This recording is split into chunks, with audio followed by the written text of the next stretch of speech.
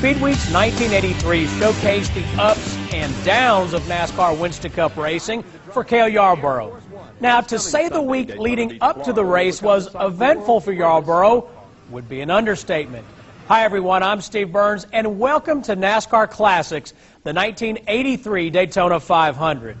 During qualifying for the 500, as Monte Carlo ripped off a speed of 200.503 miles an hour on his first lap, the fastest on record ever to that point.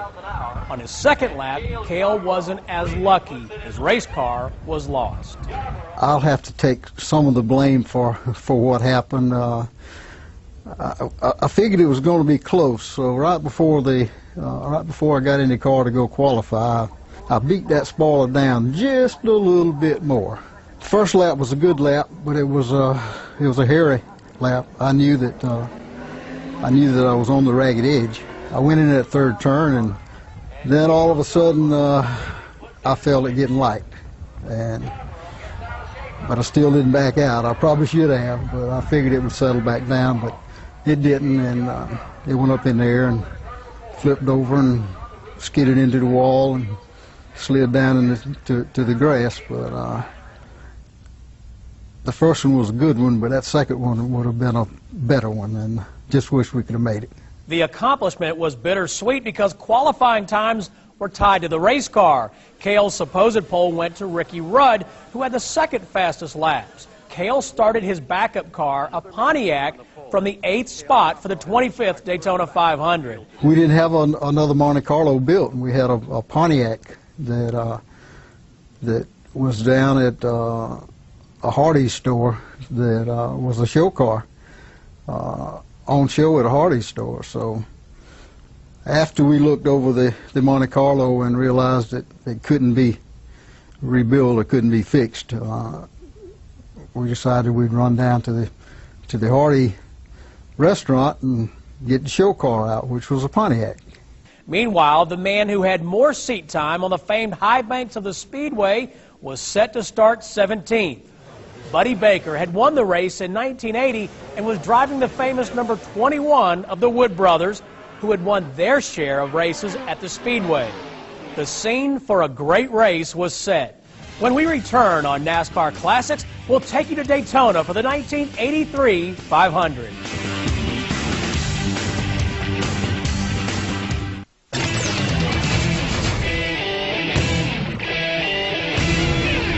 And here is the starting lineup for the 25th annual Daytona 500.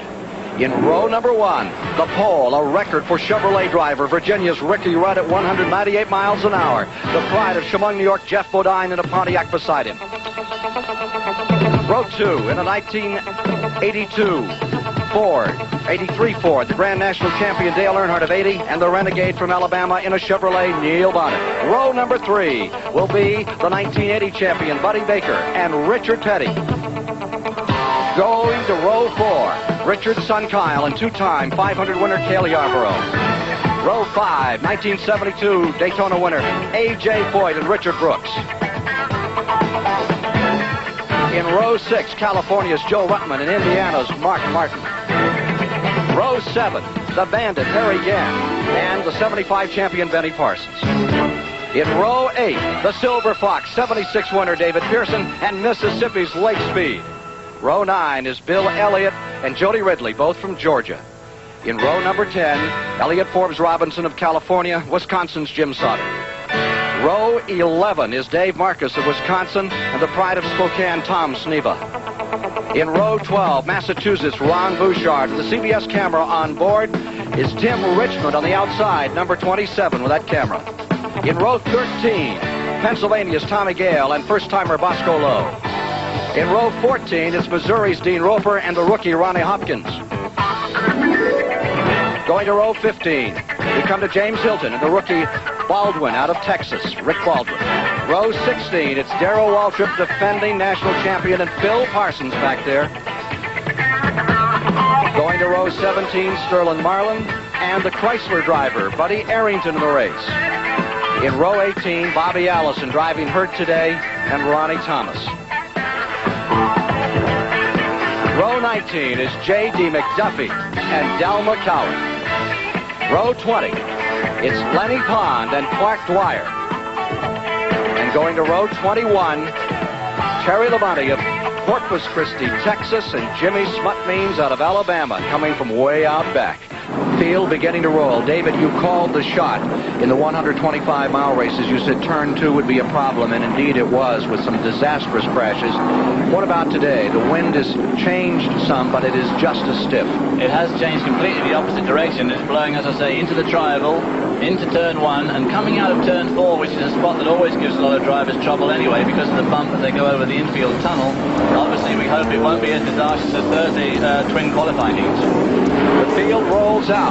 All 42 cars have come to life and are getting ready for the 25th annual Daytona 500.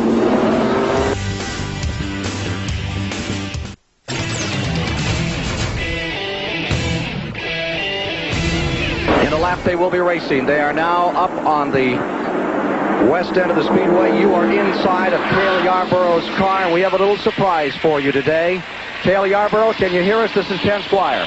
Loud and clear, Ken. Okay, Cale, how is it in there getting set to start the Daytona 500?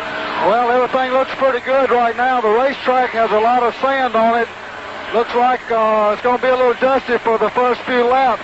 Wind looks like it's getting up a little bit, too, and if the speeds are as high as I think they're going to be, it could cause problems during the day. Good luck to you and your try for a third Daytona 500. Thank you, Ken. Back further in the field is car number 27, starting in the 24th position, Tim Richmond out of Ashland, Ohio. Tim Richmond, Ken Squire, can you hear me? Yes, sir, Ken Squire. The number 27 has you. We're just now approaching turn 3.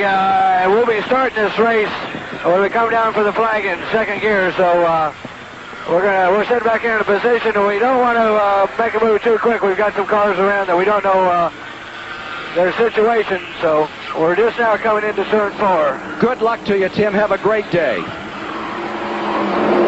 Field coming down out of turn number 4, and the $1 million 25th anniversary Daytona 500 now has brought its pace car onto pit road, and it is a green light. The flag is out from the Vice President, George Bush. They are away. Going into turn number 1, that front row is Ricky Rudd and Jeff Bodine, and they are side by side as they go in. Let's go back to Cale Yarborough's car as he tries to move through. He's getting underneath Bill Elliott as he fights his way up one spot. That is Tim Richmond getting by Bill Elliott as he picks up one spot. Going down the back straightaway, moves in. Going underneath David Pearson in car number 16. Back with the leaders. Leaders coming around to complete lap number 1. Very high on the wall there for a first lap, and this is going to...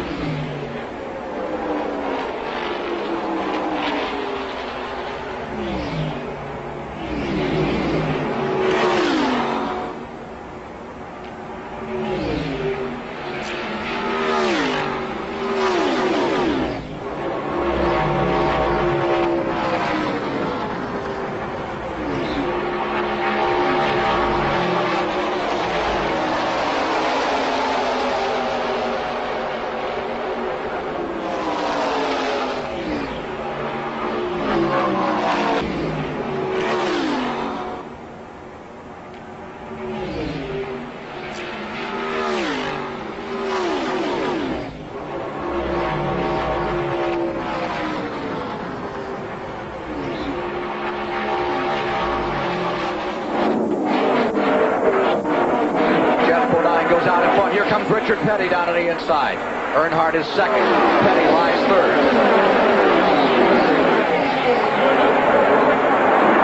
We're going to turn into a massive 25-car draft here with Bobby Allison and Cale Yarborough starting off. Darrell Waltrip are going to want to get on soon, be dragged onto as soon as they can. Bodine in front. Earnhardt in second. Petty is in third. Cale Yarborough trying to cut his way up through traffic. And Petty going low there as they come through turn 4, and he takes a turn at the front of this pack. 19-car lead pack.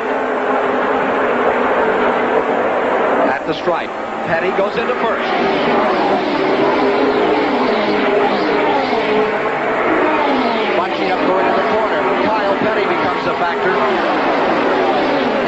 Earnhardt begins to ride. They double him up in the corner. Petty on the inside. The red and blue car. The white and green car on the outside is Jeff Bodine. Then comes that yellow and blue machine, Dale Earnhardt. Dale Earnhardt's been running very strongly all week. He had a bit of bad luck in the sportsman race yesterday, but he's been running turning some very good laps all through qualifying and Once again with Cale Yarborough's automobile. Following Buddy Baker on a number 21 car. Buddy Baker, a winner here previously, and a very fast man on these super speedways. Lap 4 complete. Neil Bond goes into fourth. And there goes Yarborough trying to get beneath Buddy Baker. Going down into turn 1. Yarborough, you're riding with him on the inside. Baker is on the outside. With the Wood Brothers car, Baker stays in front of Cale Yarborough. Well, Cale Yarborough slips back behind Buddy there because as they come onto that long backstretch, he doesn't want to get left out of the top. He wants to be behind Buddy to take full advantage of the drive. Change of leadership once again. Jeff Bodine going for first place. Richard Petty second. Earnhardt is third. Bonnet is fourth. Running fifth is Kyle Petty. Kyle Petty stays right with the leaders as they come back again. Could the Pettys win the first and the 25th? The grandfather won the first one. The sixth place car is Joe Ruttman. The seventh place car is Richard Brooks driving the Junior Donlevy car. First car on pit road. It is the car number 6, Jim Sauter. There's Darrell Waltrip still on the attack. There's Jim Sauter from Wisconsin driving the DK Ulrich car. Back with the leaders. Here comes Petty another time. Working the 6th lap. Earnhardt going to second. Bodine dropping to third. Richard Petty's been looking awfully good all this week, and so is his son Kyle. Not only could he win the 25th anniversary race, they could come first and second. At the line. 6 laps complete this time. Petty first, Earnhardt, Bodine, Bonnet, and Kyle Petty. And Joe Ruttman stays right there in the car number 98. Let's go to Ned Jarrett in the pits. Jim Sauter's car number 6 is in with the hood up. As you can see, smoke coming from under the hood. They think they have a valve cover gasket leaking. They have tightened that up now, putting the hood back down and sending him on his way. Back straight away. It is Earnhardt going back in front. Bodine going to second. Bodine gets a little high. Petty has to move around him on the outside, and Petty almost to the wall. And the leader of this lap is going to pick up a cool $7,000. So there's obviously going to be a bit of a scrap for the lead on this lap. Here's Allison and Waltrip moving back. Here they come, and for $7,000, looked like it was Earnhardt, but Petty was on the attack. Petty has gone back into first. Going into the second position, dragged along with him is his son Kyle. That is the highest he has run in race action. You're back with Cale Yarborough, or rather with Tim Richmond another time. Richmond making a move on A.J. Foyt. A.J. Foyt's been running awfully strongly this week. Up on us again. It looks that way. Tim Richmond, you can hear him talking to his crew there as he continues to have a conversation while going better than 190 miles per hour. We have a new leader. It is Kyle Petty in car number 7 leading the way. Earnhardt is in second. Richard Petty is in third. And Kyle Petty is out in front. Thus far, in just 9 laps. They are working in lap 9. They've had 6 official lead changes among 7 lead changes among 5 drivers. Those are official only at the start-finish line. It is now Kyle Petty out in front, looking for his first Daytona 500 win.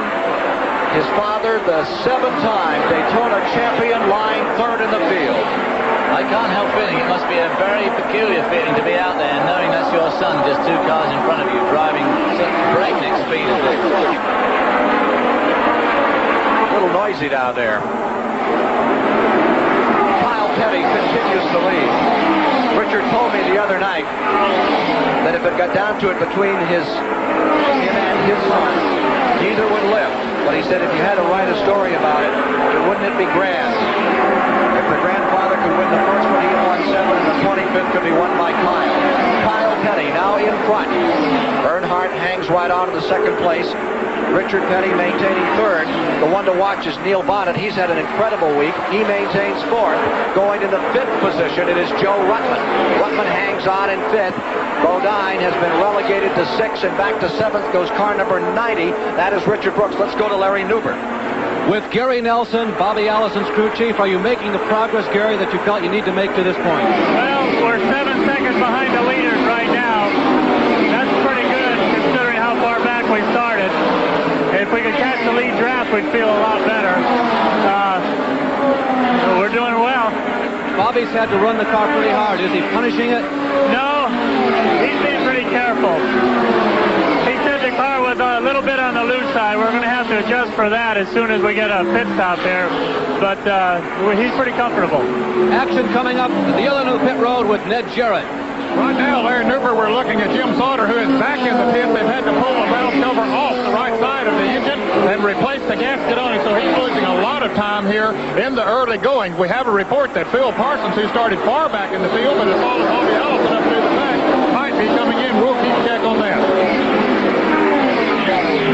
Well, Phil Parsons has managed to hook up a draft with Bobby Allison and Terry Labonte, who did in fact start absolutely dead last, and I'm sure that they'll try and use that three-car draft to get to the front. But unfortunately, Phil Parsons' elder brother, Benny Parsons, the winner of this race previously, has just pulled into pit road in car number 55. He won this race in 1973, but he isn't going to win it this year. He's pulled into the garage area. Working the 12th lap as they continue to battle for the lead. Kyle Petty stays in front of Vizon by Joe Ruttman out of Upland, California. He had our CBS camera on board a year ago and raced himself to third place in this Daytona 500. He's now carrying the same number with which his brother Troy won at Indianapolis back in 1952. Maybe that'll change the luck for him. Joe Ruttman now into second place. Getting some time thinking. We'll have some speeds for you when we come back after these messages from our live coverage of the 1983 Daytona 500.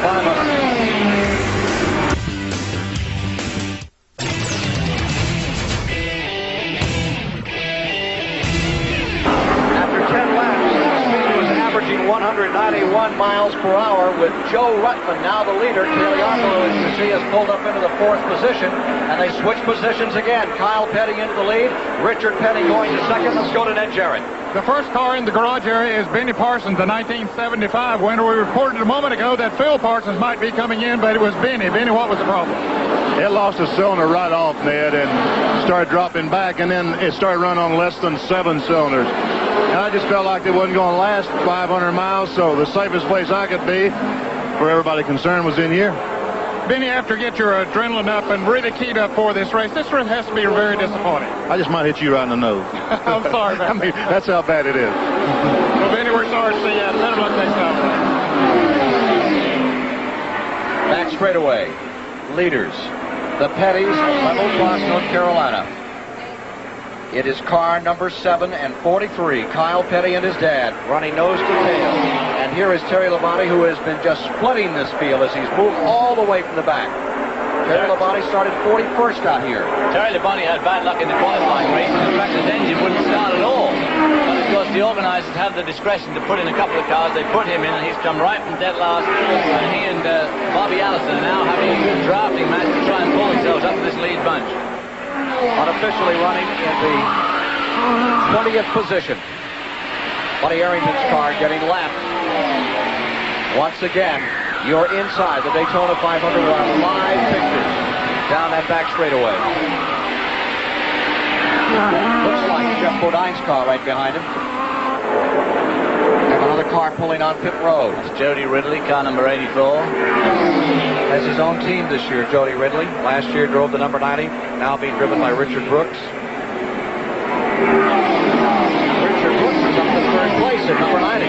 Richard Brooks, out of retirement from Porterville, California, who drove many years with the Don Levy Racing Team, a Virginia-based organization. Doing very well. Jody Ridley is coming back on the track. He will complete 19 laps this time by. 19 complete, 181 laps remaining. Well, they're certainly setting a cracking pace, and the wind does not seem to have been a problem so far for these cars. They all look pretty stable as they go under the commentary box here through the tri-oval. And if they can have a clean race like this and keep this up much longer, we're going to have the highest speed ever. Richard Petty getting awfully close to the wall as he goes between turns 3 and 4. And Richard Brooks has taken over second position. Those fans are going to get a bigger workout training there next year than they would have a tennis match today. Well, Richard Brooks is driving one of the new Ford Thunderbirds for Junie Dunleavy, who's one of the gentlemen in this racing sport from Richmond, Virginia. And Richard, of course, didn't do much racing last year, so he's a little bit rusty.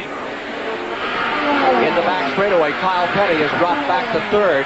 Joe Rutland is right there with him in fourth. Neil Bonnet continues to wait in fifth, and now they're battling for the leadership up in front as we go inside another car. There's the battle for the lead, and Richard Brooks is going out in front. Oh, I was just saying he's a little bit rusty, but it's not showing at the moment, is it? He's doing extremely well for after a year's layoff. Coming back here at the super speedway and averaging higher speed than he's ever averaged here before. Richard Petty having to go as they come to the stripe. Kyle Petty lying there in third spot. That is the seventh different driver to lead, and we have just completed the first 20 laps.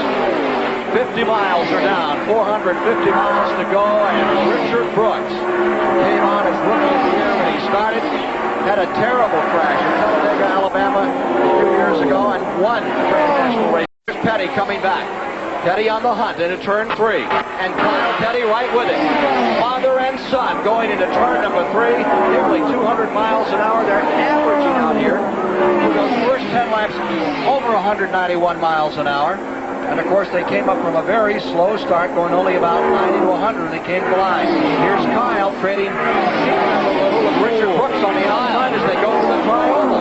Kyle and Richard Brooks there really close together through this trioval. I bet there wasn't an inch and a half between them. Kyle Petty on the inside, Richard Brooks on the outside in the blue car.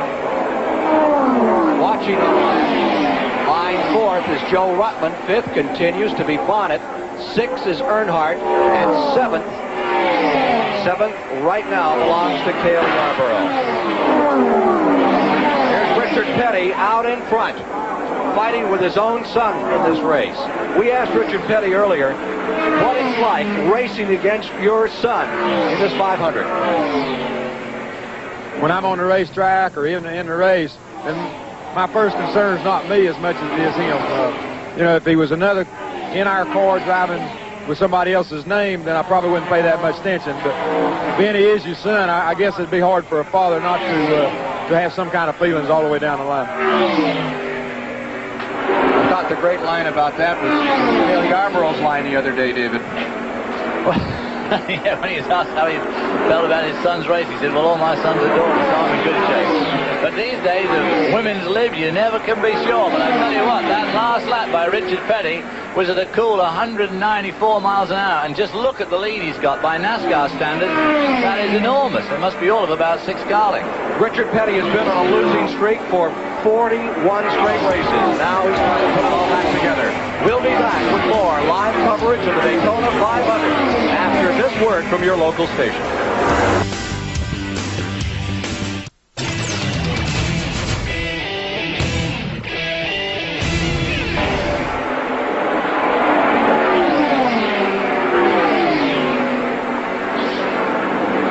Continues to be Richard Petty in car number 43. One of our camera cars has come on pit road, and the hood is up on car number 27. Tim Richmond's car. Jeff Bodine has also made a stop early. We are at lap 25. They should run to about lap 40 to 43 before they have to come in for fuel. Earnhardt and Kyle Petty have already racked up $7,000 for leading laps 7 and 11. And let's go to Larry Newber in the pits. Well, Ken, we've been standing by with Dale Inman, who's crew chiefing for Terry Labonte today. Here's the man who has won more races than any other crew chief in the history of Grand National Racing. Dale, you've come from deep in the pack. Is Terry comfortable?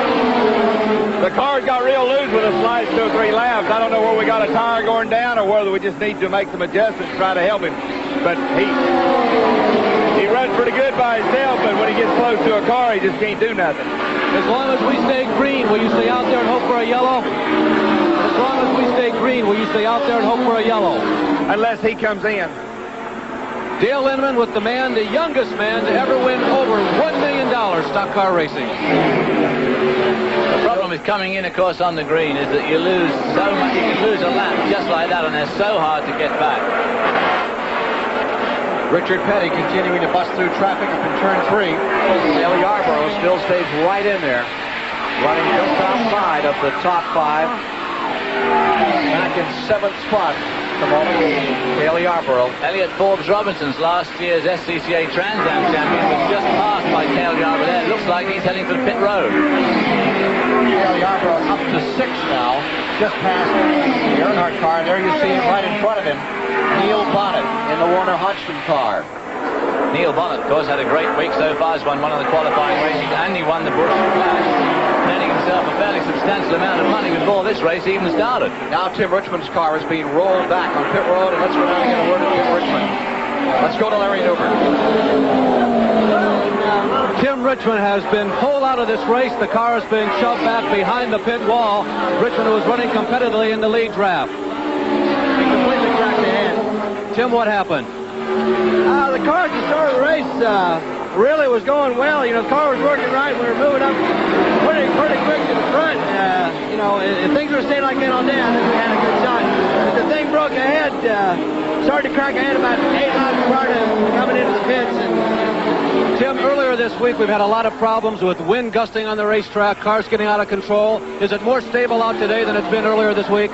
the track today is, you couldn't ask for anything better. All the cars out there seem to be working real well. You know, everybody seems to have their handling on the cars pretty well. And I think if there's not too much attrition, the fans for CBS and here live for the Daytona 500 is going to see the best Daytona 500 they've probably seen. But, you know, like old Milwaukee says, it doesn't get any better than this, but I'd rather be out there. Thanks, Tim. I'm sure the Francis will like it. Even though it's a bad day, it's still better than last year, Ken, when he won the consolation race. 29 laps now complete. There's the Petty crew. They will be getting ready for a pit stop in approximately 12 to 15 laps. Well, if it stays green, Richard Petty is really pouring on the pressure. He's averaging over 193 miles an hour leading this race, which if he can keep that up for the next hour and a half or 2 hours is going to make the fastest ever Daytona 500. He, in fact, is pulling away from that lead group. The front three cars, he and Richard Brooks and his son, Kyle, are pulling away from that second bunch of 4 cars, in which is our camera car, Dale Yarborough. completing 30 laps this time by of the 200. It is Petty first, Brooks second, Kyle Petty in third, Bonnet is fourth, and running in fifth, Joe Ruttman. And it continues to pull him through.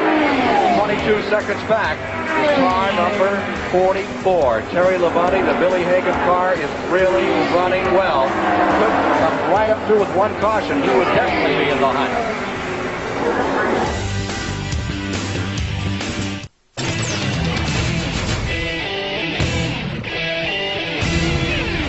The 10th place car, A.J. Foyt, is in, and you're watching the Buddy Arrington car. Lone Chrysler in the starting field. Ran most of the races last year and did pretty well. It's an Imperial, no less. Here is Richard Petty's Pontiac up in front. The weekends he's not racing, he uses it as a local cab. Lenny Pond coming back on the track. There's A.J. Foyt coming back out. A.J. Foyt pulling back out. Car number 14. And Dale Earnhardt drops onto pit road. Earnhardt, who has been running with the leaders, electing to pit in the 35th lap. Dale Earnhardt, who had been running in 7th position, now in the pits. Richard Petty continues to lead. Richard Brooks, a tremendous surprise in second. Let's go to Larry Newbert. Dale Earnhardt among the first group of leaders pitting. A.J. Foyt just went by me moments ago. You see the Bud Moore crew doing service on Earnhardt. Remember, this is a guy who's had an up and down month. He crashed earlier in the month, although he won one of the qualifying races earlier this week.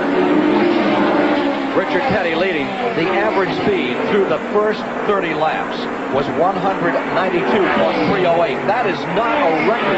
The record is 193.687 by Buddy Baker. When he shattered everything, remember he won the race at 177 mile an hour average. The fastest 500 in history. It could be broken this year. Boy, oh boy, Joey Ruttman going through the tri-oval then got very, very loose. Kyle Petty is on pit road. Kyle Petty and Buddy Baker in the 21 car both in. And the pole sitter, Ricky Rudd, Mark Martin, car number 2's coming in, and Lake Speed in the old Udo number 1. Buddy Baker almost getting tagged as he started to pull out, and Lake Speed was there. Meanwhile, on the track, it looks like Richard Petty is ready to pit. You see him dropping down to the inside. And Petty is ready to bring car number 43 in, and right behind him comes Neil Bonnet. Bonnet is also electing to pit. This happening in lap 36. Scooting down pit road, you see Petty in, and now you see Neil Bonnet coming by. Let's go to Ned Jarrett. The car number 43, they are changing the right side tires and filling it up with gasoline. And Kim, they have a problem with their two-way radio system. They're not able to communicate as they normally would, so they had to put the blackboard out the old-fashioned way to communicate with Richard Petty. Now let's go to Larry Newber. Judy Dunleavy, the crew chief for Dick Brooks, waiting for his driver patiently. Now they're getting a little anxious to come in. Joe Ruttman, pulls away just to our left. Ruttman, of course, been running in the lead draft. Still waiting for Dick Brooks. Some anxious moments beginning to appear in the faces of this crew here. You would have thought the crew would have been more excited. They are not accustomed to running near the front. Now Dick finally makes his appearance as the light blue nose of the number 90 machine rolls in behind Phil Parsons. The bright orange parka of Judy Dunleavy, the crew chief, moves in the picture as Dick Brooks rolls to a stop. Tire wear yesterday during the late model sportsman race was superb. Interesting to see whether or not they change tires. They are going to change right side rubber on Dick Brooks in the bright yellow helmet as Brooks takes a drink of refreshment for himself, refilling of course the fuel, and Brooks is off and away in what appears to be a very fine and efficient pit stop. He moves around Cale Yarborough's car, also pulling out. Yarborough coming back into it. And all the leaders have stopped. Ron Bouchard made a pit stop, and he overshot his pit. Took him some extra time, and they backed him up. David Pearson is in car number 16, and here comes that number Terry Labonte, who is all the way from the last row. He had run as high as 19. We've got one car blowing an engine here. Let's see if that's going to bring out a caution. He's down on the inside. That's Elliott Forbes Robinson. He is driving a car that is entered from the state of Maine by the Bear brothers. They had a car down here for Jeff Bodine a couple of years ago that ran just a few laps and had trouble up in turn number 4 and bounced across the apron. Elliott Forbes Robinson in trouble. Not sure he's blown an engine or blown his... Oh, crash in the pits. Car number 32 spins in the pits and knocks down... I don't think it knocked anybody down, but that was very lucky. That was Bosco Lowe. Having trouble as he entered the pit road. He is a rookie driver. Spinning around and crashing on pit road. You can see the safety cruiser there. Well, let's hope he didn't hit anybody and hope everybody was looking in the right direction when he came in. Let's take a look at replay here. He spins under braking, hits the wall there and slides down the wall, and luckily, by the grace of God, no one is standing on the outside of pit wall there. There could have been a crew of people there waiting for their car to come in for a pit stop. He rode the wall there for a bit, it would seem. There's an entrance there, and he actually got up on the wall a bit, right at Cale Yarborough's pits, and also in the pit area of David Pearson. Pearson's pit there that was ready for Pearson with the tires out on pit road. Larry Newber will try to get a report. Bobby Allison's just pulled into pit road. Let's go quickly to Ned Jarrett. It was Bosco Lowe that came sliding down through here. Bosco, what happened there? I just came in the pits and I got the right rear wheel over the grass just a little and it got sideways, and I wasn't able to straighten it back up. You're okay? Oh, yeah, I'm okay. Are you going to be able to get back in? I don't know. It looks like the right rear's messed up. We'll just have to look at it. You didn't hit anybody as you came down through there, did you? Everybody was out of the way? Yeah. It wasn't nobody stopped on pit road. Okay, Ted, I think the only casualty was one of our cameramen, as Red McFadden, our chief crew cameraman here, was backing away from the wall. He hit one of them with the camera, but fortunately he's okay with a little cut on his nose. It is dangerous down there in the trenches. 41 laps complete. They're rolling back Elliott Forbes Robinson's car, and now will retire. One of the problems with being in pit road is you must always remember to look at the way the traffic is coming, not where it's just gone. It's so easy to watch your car go by, and you're always then unprotected from the upwind side, I suppose you call it. Extremely fortunate that no one was hurt in that, as that car spun and so many people in that pit area. That's one of the reasons why they try to contain those pit areas to just those working crewmen.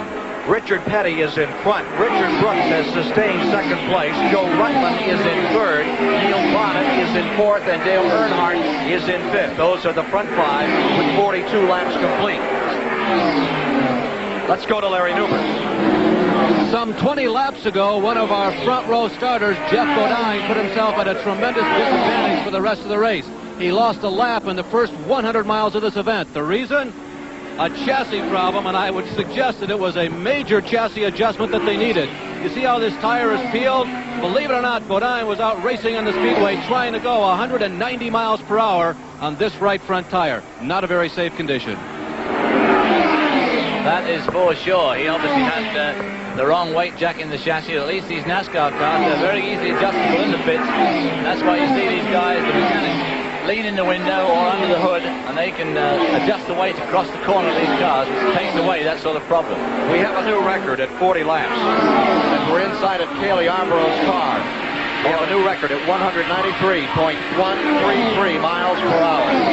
And there you see Cale about to put a lap on Darrell Waltrip. Now, Waltrip has gone a lap down to those leaders. Here are those cars working out there. The old record was 180.180, Buddy Baker, back in 1980, and now the record is up to 193.133 miles per hour. That was through lap number 40, the first 100 miles. Petty stays in front. Cale Yarborough has just put a lap on the Junior Johnson car number 11. Darrell Waltrip, who has never won the Daytona 500, continuing to have his problems out there. Doesn't look good for him today. This pace has set him back. Somehow the number 44 car has stayed in the hunt, trying not to go a lap down. Well, I think it would be true to say, after looking at Jeff Bodine's tire, that they are in fact setting quite a blistering pace. Oh, my. Best I can do, I'm afraid. Working the 45th lap at the present time.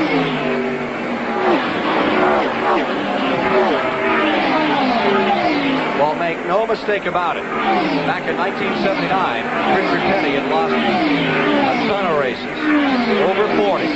Then came in here and won the Daytona 500, some say by fluke, when the two leaders, Allison, Donning, and Cale Yarborough, crashed. Now he's on a 41 race losing streak, and he's coming back better and stronger than ever in 43. Here's Larry Newman. Well, I'm standing between Junior Johnson and Doug Rickard, the two people on the radio to Darrell Waltrip. There's a lot of head scratching going on down here, Ken, David, and Ned. They say that Darrell has said nothing to them. They don't know if it's an engine problem. They don't know if they've got a chassis adjustment they need to make. I asked Doug and Junior both, do you need a yellow? Doug said, I think we need more than a yellow. But there has been no communication from Darrell as of yet. Ned Jarrett?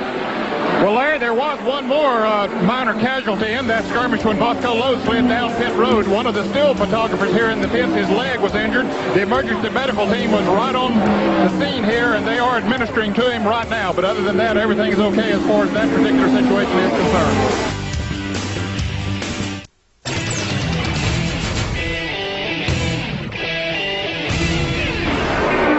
A cloud of smoke has darkened this beautiful day in Daytona for Richard Petty. Something amiss in the engine. The car now slowing down and about to pull onto pit road. There you see the entrance to pit road. Richard Petty is just about there. He is idling his way down. You can see the engine begin to expire up here on the banking. Well, he's been setting a fence, and there he goes behind the wall, so that does not look good at all. Kyle Petty, his son, is now running in the 9th position. There are 15 cars running in the lead lap as we come to lap number 50. There is the new leader, Richard Brooks. There is a black flag, a consultation flag up for car number 17, Sterling Marlin, in the Roger Hamby car, we understand. But the major story of the moment, the 7-time winner, Richard Petty, is out of the race as the Vice President, George Bush, looks on. And here to watch his second Daytona 500. Here's the field moving down out of the 4th turn again, and into the tri-oval comes Richard Brooks. Car number 90, and he is being challenged. Number 75, the white and maroon car. Those used to be the Wood Brothers colors. And when they changed teams to Raymock Racing, Warner Hodgson took those colors along. Buddy Baker now with the Wood Brothers, the black, white, and red colors this year. There is Richard Brooks, your leader, and here comes Neil Bonnet. who won the Flash and won one of the 125-mile qualifying races right here going into turn number 3, David. He just shot down the inside. Right from that position, Neil Bonnet has won 2 races this week. There's a fair way to go in this race yet, but he still could pull it off. But there's a lot of competitive cars still on this same lap. And with Richard Petty sitting at incredible pace gone, we may see this field bunch up quite a bit more, and this race can become yet again very competitive. Joe Ruttman lies third on the field. Joe Ruttman stays right in there in third. The 4th position is now Dale Earnhardt. 5th position is Bill Elliott. Cale Yarborough back at 6. Car smoldering, blowing up, going down into turn 1 and out of control. Spinning, sliding, Phil Parsons is out of control, and let's see if he's going to bring out the first caution of the day. Phil Parsons in car number 66, the younger brother of Benny Parsons, making his first Daytona 500-mile start. Looked like something was amiss early on, and he may have had an engine come and go, or it could have been tire smoke. As we looked up, we saw him across the grass, just past the entrance from pit road back onto the track, sliding out of control. He's gathered it up, but a moment for him, put his heart in his throat, has brought out the first caution of the day. Now this, of course, with the NASCAR rules as they are, we'll have that caution car out for probably 3 or 4 laps. Some of those racing drivers are running a bit slower than we expected. It gives them an opportunity now to retune their cars. On a green pit stop, of course, you just don't have time to do it. But now you've got a little bit of time, and you can, in fact, retune these cars. In replay, David Hobbs. It looks from that as if he just lost it coming off the tri-oval, which I had thought would be the tricky part today, but that doesn't seem to have caught many people out. He goes across the road course there. He's very lucky, of course, that the car didn't do what Cale Yarborough's did the other day, get air underneath it and flip it over like a leaf. And, of course, on that wet, still wet grass, he's got no hope of collecting that up. All the leaders are pitting. Leaders are pitting. And let's go back to the trenches in net, Jared. Ken, we're in the garage area. Richard Petty has just crawled out of the car number 43. What went wrong, Richard? Well, the bearings went out of it again, Ned. I guess it looked like we're starting all about the same as we ended up last year. Car run good, and then, you know, it can't run without a motor. And we thought before the race that you were the sick one, but it wound up being the car. Well, I got the feeling pretty good, and the car got the feeling pretty good until I think both of us got sick down the first corner. Well, we're sorry to see you out of it, but I know that you'll be back again. We'll be back. Okay, 7-time champion, Richard Petty. Let's go to Larry Newberg. The most successful of the new teams of 1983 has been the Hodgson team. They've won twice down here already this month. Certainly with an experienced driver, Neil Bonnet, one of the Hewittown gang.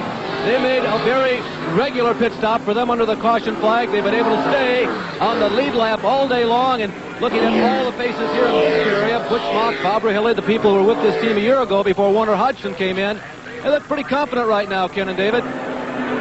50 laps in, a quarter of the distance run, 125 miles down, and we have a record for that distance. An average speed of 188.917 miles per hour, and the record book will show Richard Brooks as the man who did it here in 1983, breaking the record of 1978 from Richard Petty, which stood at 179.569. Another new record here in this Daytona 500. This one at the quarter-way mark goes to Richard Brooks.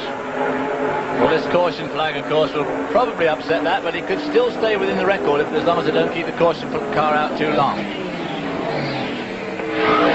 All right, let's see if we can get a word from Cale Yarborough. Cale, can you hear us? Ken Squire in the CBS booth. That's affirmative, Ken. I hear you. How's it going out there? Well, it's been a pretty good race so far, a pretty clean race. I've had a little bit of problem with my car. Got a little loose to begin with, but I believe we got it nailed down pretty good now. What's the wind doing to you? Well, the wind's blowing and gust every now and then is catching you and moving the car around a little bit, but it's not real bad. Well, as you line up, I see number 98, Ruttman's right in front of you. You're going to try to gun him down immediately? You're going to hold and float with him? Well, I'm going to try to take the lead for a little while now. I've been sitting back a little bit, and I need to see what I can do. You're fourth right now, Cale. You're going to go for the lead on the restart. Well, we're going to go for it as soon as we can get it. I don't know whether I can do it the first lap or not, but we're going for it. Well, we'll be with you. Okay. Cale Yarborough in fourth position as we get ready for a restart. Up in front is Richard Brooks. Stand by for the assault on first place.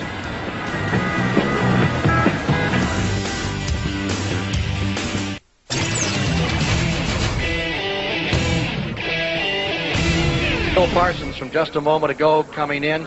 He had ground down the front end of his automobile. A right front tire had disintegrated on him. And Phil Parsons, the younger brother of Benny Parsons, not having the best of all days, David. Now he had a nasty heart-stopping spin coming out of the tri-oval and must have spun for about 2,000 feet. And now he's getting the car fixed right.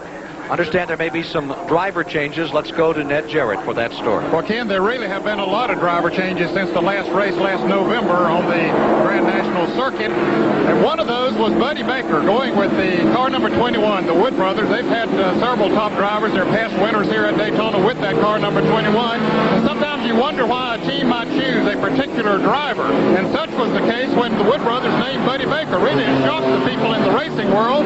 They didn't see that as a likely marriage. You got to get everything together. You got to have the right chemistry, so they say.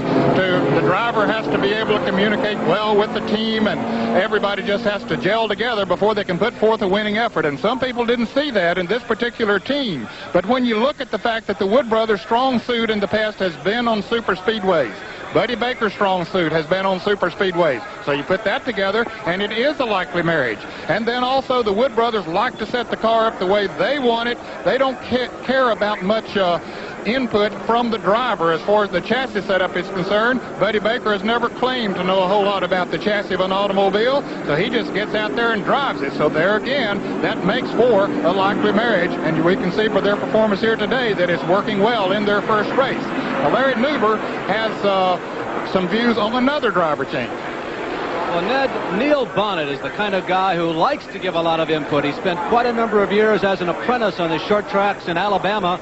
More than 10 years of putting together his own race cars, taking it home at night and rebuilding it after crashes. And he was a little unhappy with the setup that he had a year ago. He didn't feel comfortable enough in the race car because he simply didn't have as much input on the setup as he would have preferred. He comes to a team that was reconstructed over the winter, and the cross-pollination is kind of interesting. If you're a long-time follower of NASCAR racing, you recognize that lower half white-painted race car with the red roof and the gold or silver foil number. Winter Hodgson, as we go back under green and the field powers up again. We have a new leader. Of course, feels very comfortable with the colors. He likes the tradition that the red and white color combination has brought to Grand National Race Car, and he stayed with it. Back up to Ken and David. We have a new leader. It is Bill Elliott. He's been here 4 previous occasions. Bill Elliott, he's never won a Grand National race, second 5 times. Here he is in the back straightaway. Was second in the World 600 at Charlotte a year ago, trying to keep that Ford up in front, but here comes Joe Ruttman in number 98, and here's one having a little trouble. That is Harry Gant, car number 33, winner of 2 races a year ago. He was on pit road when the race started. You can hear from the sound there that all is not good for the Bandit today. I think he'll be going around slowly and pulling back into the pits. He's obviously only on 6 or 7 cylinders at the most. Joe Ruttman takes the lead away from Bill Elliott. Bill Elliott did an extremely fast time in qualifying, but only finished up 9th in his qualifying race, which got him solidly in the field, but he has been running very quickly this week. So Bill Elliott falls back, and there goes Cale Yarborough to the inside to challenge for second position. 190 miles an hour, back straight away. Well, we know that Cale Yarborough is going to try and go for the lead because he's already just told us that, personally, out of that car. Also getting back up in the hunt, car number 90. Richard Brooks. Boy, he has been the surprise in the early going in our live coverage of the Daytona 500. The junior Don Levy car has never looked better than it does right now. That car won a race with Jody Ridley in Dover, Delaware a couple of years back. Looks like it could do it again today. Now, no, oh, they touch, they hit, they square off and bang each other going into turn number 1 as Richard Brooks took the lead. That was incredible. He and number 98 wrinkling fenders at 190 miles an hour. Joe Ruttman and Richard Brooks in an old-fashioned half-mile ding-dong. Both of them from California, and I've seen Joe Ruttman go through that similar sort of spot earlier on. His car looked loose then. Maybe it still is, but boy, that was a very, very close call, because these cars weighing 4,000 pounds at that sort of speed, they're awfully hard to get back if they get too far out of shape. Start muscling those leaders, and you have a 15-car freight train that could pile up right behind you. Ruttman now in front. And look out, here comes Earnhardt. He shoots up through. Earnhardt into second place in the shuffle. Let's take a look at that moment again out of the tri-oval area. And Dick Brooks is on the high side. Joe Ruttman down there running low, and Joe Ruttman just moves up there and just tags the back of Dick Brooks and almost puts himself and Brooks off the track. Earnhardt goes to the lead. Earnhardt into first. Brooks going to second, and on the bottom side, here's Cale Yarborough going to third. Cale Yarborough pulling up, and from the Goodyear blimp, you see Cale Yarborough just into third. You see, Joe, you see how Cale Yarborough slipped between Brooks and Ruttman. I think Ruttman was trying to slip behind Brooks that last time, just slightly misjudged it and tagged him. Boy, that was horrible. Largest crowd to ever witness the Daytona 500, certainly the largest for a stock car race, perhaps the largest in the history of the Southeast. And there you see that freight train. You really get the feeling for just how big that draft is. All chugging along at well over 190 miles per hour. And there is the blimp with our cameraman George Nader developing for you those amazing pictures as we have another battle down that long back straightaway going into turn number 3 for the lead. And Cale Yarborough's there in third spot. Coming up to second spot, Cale Yarborough, behind Dick Brooks. Now he's probably going to make that charge to the lead he was telling us about a moment ago. And here we see it from inside the car. What a fantastic shot as he comes into this grandstand area across the tri-oval. Cale Yarborough told you he was going to try to go for the lead. Here you are riding with a two-time Daytona champion. Looks on the inside, can't get through. Buffeting around in there, Cale Yarborough fighting to win this race for a third time. Richard Brooks trying to win it for the first time. And there you see a classic drafting slingshot. Comes up on Dick Brooks as they come off the banking and pulls alongside him, and his momentum carries him past. And here's Cale Yarborough in the camera car leading the Daytona 500. Clear sailing up in front of car number 28 as you saw, as you witnessed from the driver's seat. It is Cale Yarborough in the lead. Ruttman into second, dropping to third is Richard Brooks.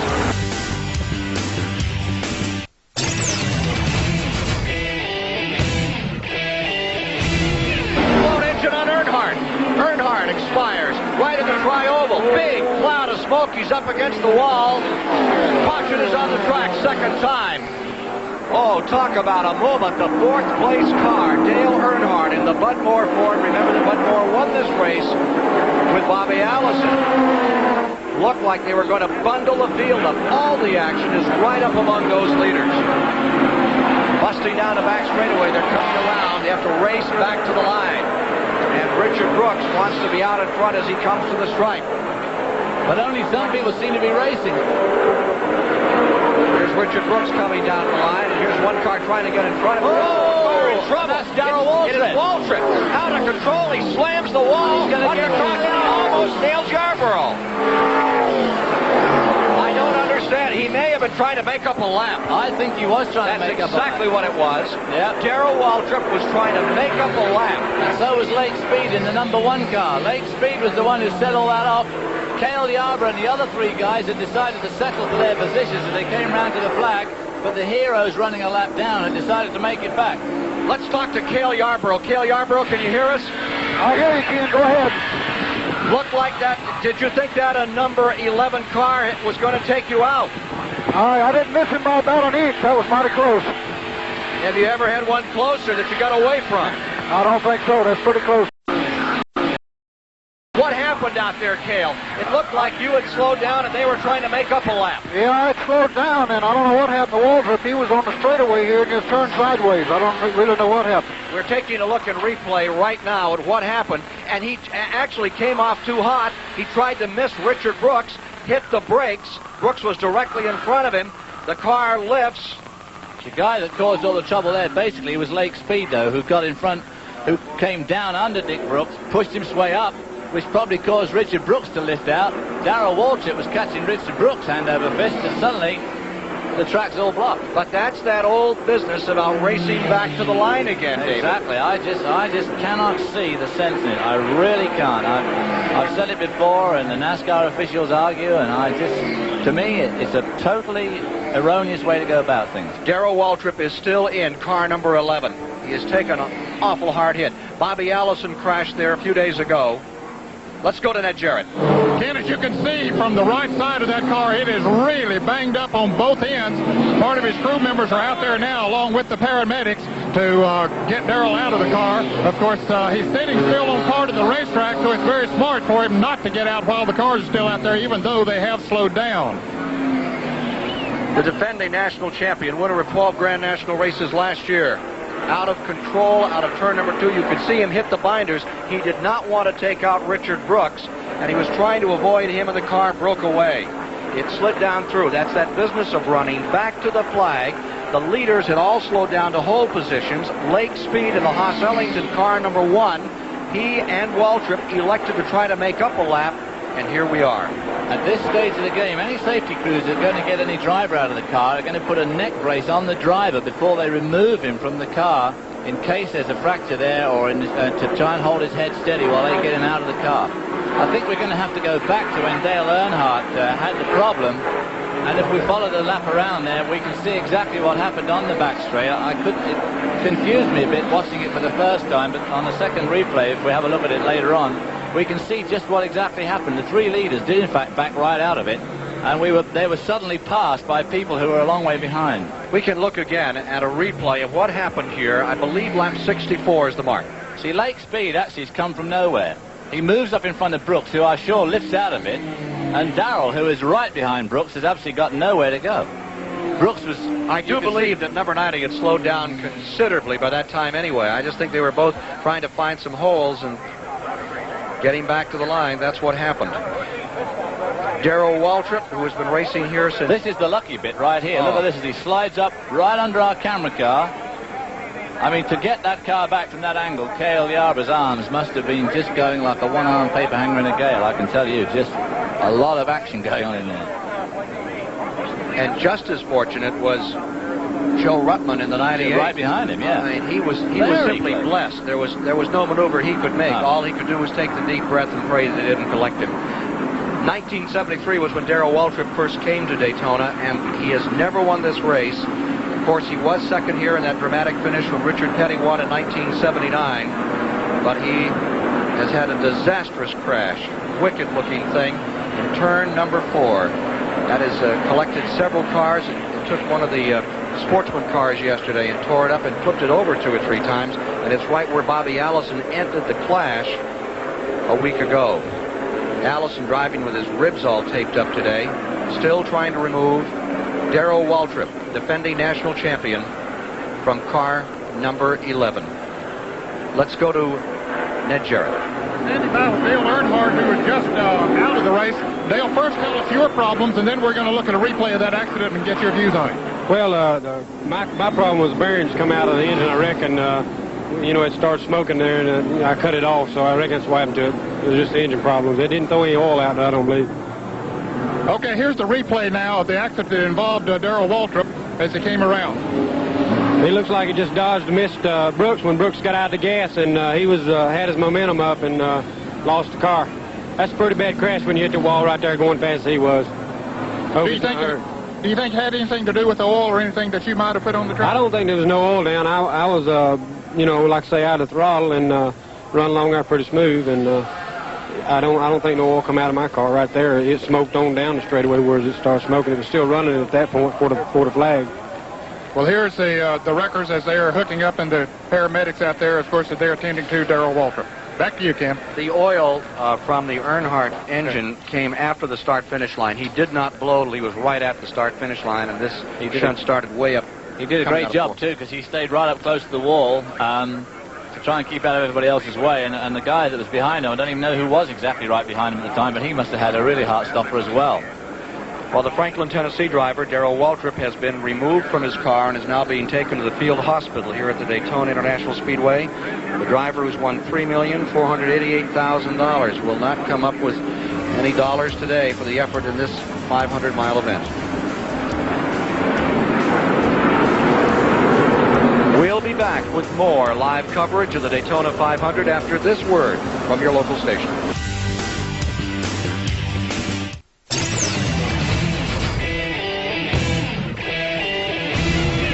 69 laps will be completed this time by. There will be 131 laps to go in the event. We are 172.5 miles down I have the opportunity to talk to Cale Yarborough again. Their crew chief has allowed us to come on here for a moment. Cale, on this restart, you now lie second, and Joe Ruttman is in front of me. Can you read me?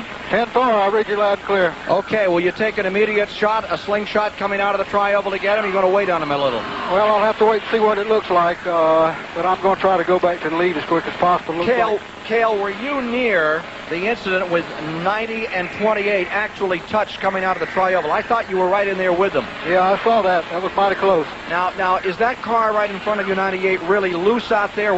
What do you think? Well, he was loose early in the race, but looks like he's got it tightened up a little bit now. But you know, some of these guys are racing like it's their last lap. Thank you, Cale. Let's go to Ned Jarrett.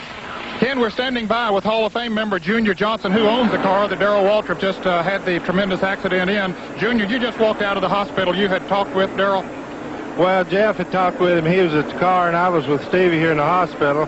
And Jeff said he said, tell Stevie I'm all right. I've just shook up a little bit. And they're just taking him in there now to check him out, and I'm sure that he feels all right, or he wouldn't tell her that. Junior, you have any idea what happened? Was he trying to get back in the lead lap, or what it was? I don't have any idea. The only time that when I seen the car, it was already spinning, and we had no communications with him as far as talking to him afterwards, so I don't know what happened. Well, we're sorry to see that the car is torn up. We're happy to hear that at least he has been talking to some of the crew members. Thank you. Well, it's good to know that... Now let's go to Larry Newber on pit road. Ned, very close to being involved in that incident was Dick Brooks, who's been up front all day. Now, his crew does not know whether or not he touched Darrell. There is damage to the side of the race car, the left side of the race car, but as reported a couple laps earlier, Brooks was racing with quite a number of drivers, so they believe the damage occurred when the incident with Waltrip, but they're not sure. Dick Brooks has been on the radio with Junie Dunleavy saying, I hear nothing rubbing. I think we are in good shape. One comment about tires. During their last caution stop, they changed all 4 tires. Now, it was not an indication of having problems with tire wear. As a matter of fact, to describe what one of the crew members called the condition of the tire wear, it's gorgeous. We'll see the tires they took off during the last caution on this car again later in the race. So Darrell Waltrip is all right. Appears to be okay. Let's take a look at the attrition rate. There are now 8 cars, including Darrell Waltrip, retired from the event. And they include Earnhardt and Gant and Petty. A lot of the super names here. This could be the day of the upset. Richard Brooks is certainly proving that. I think Richard Brooks had a little problem with 98 to miss that car. If we've got another smoker going down into turn number 1, we are still under caution from this heavy wreck that we had coming out of turn number 4. That car number 90 running in 3rd place. Richard Brooks could be a real factor before it's over. Well, I think old Junie Dunleavy chewing his cigars like he's never chewed them before. He must be absolutely ecstatic. Consultation flag coming out, and I think it will be out for the Roger Hamby car that is being driven by Columbia, Tennessee's Sterling Marlin in this race. Well, now you see the leaders. That number 98 is actually a leader, and there's the consultation flag victim, number 17. His father was Cuckoo Marlin, the well-known and famed alfalfa farmer of Columbia, Tennessee, David. Alfalfa. Pretty good for Sunday afternoon. He's been in before, actually, with the caution flags, a black flag, so I guess there's got an oil leak or something which they don't like on that car. And there, just coming into the picture on the left, is Dale Earnhardt, and there, coming out the back of Dale Earnhardt, is a large amount of his engine. That's just when the engine blew, right there at the start-finish line. It blew just coming out of the tri-oval. Dale Earnhardt stays right up close to the wall, keeping out of everybody's way. And it brought out a caution, which ultimately was seemed to be the cause of the accident. They are working on the fence, that fence that is the cushion retainer. It took a lot of damage down there the other day, is being worked on again, and we'll tell you a bit more about it in a moment. Harry Gant had just pulled into the garage area. He drives the Hal Needham Burt Reynolds car. Just before all of this started happening, Harry, what went wrong with your car? Well, when we made our pit stop, the car started getting hot, so we made another lap around the racetrack, and they tried to put water in. We found out there's a bolt went through the radiator from off another car, so it lost the water and it cracked the head. Ken, it doesn't take much to put one of these $60,000 machines out. 71 laps are complete, 129 to go, and there is the repair work. And for a moment we might discuss with you the cushion that is there. When they hit that wall, that is not just a slab of concrete, but there is a cushion to help take some of the momentum, some of the G-force out of those cars, but you can't take out very much. Well, of course, on the outside of that concrete, was an earth retaining wall with a concrete wall on the outside, and alongside that is a guardrail, steel guardrail. You can just see the end of it sticking out there. And that, you know, gives about 4 or 5 inches, 6 inches, and of course at those sort of speeds it's not much, but every bit counts when you're going to hit walls like that. But it needs repairing, because if it's jagged and broken, and if anybody else hits it, of course it'll be 10 times worse than not having it there at all. Let's get an update now on the condition of Darrell Waltrip. Ken, we just talked to one of his crew members who came out of the hospital, and he had talked with him, Jeff Hammond, and said that he's okay. They are going to take Darrell to the Halifax Hospital here in Daytona to do chest x-rays just as a precautionary measure. But they say that he's okay, and of course we are sure that he's going to be a sore individual by tomorrow. Well, that's good news for racing fans everywhere. He's a highly controversial figure, but there isn't one race fan that wants to see a driver get banged up, no matter how they feel about him as a racer. 72 laps complete, and there you see 9 leaders, 22 lead changes, and the speed, well, that's moved down. We have an old record of 168 miles an hour, and now we're at 156, so the chance of the fastest 500 seems to be going away.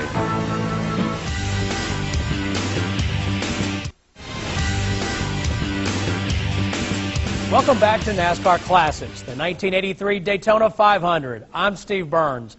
Now, by the midpoint of the race, the lead had been exchanged 34 times with names like Earnhardt, Petty, Elliott, Yarborough, and Baker at the top of the leaderboard. Well, when the race started, I knew the car was working good and handling good. Of course, I had to start back in the pack some, but the thing came through the pack and went up front, and I said, "Man, this is a good piece. You know, we may have a shot at winning this race with this car." It was one of the most competitive races that we had in a long time, and one of the most competitive races that I've ever had, I guess. But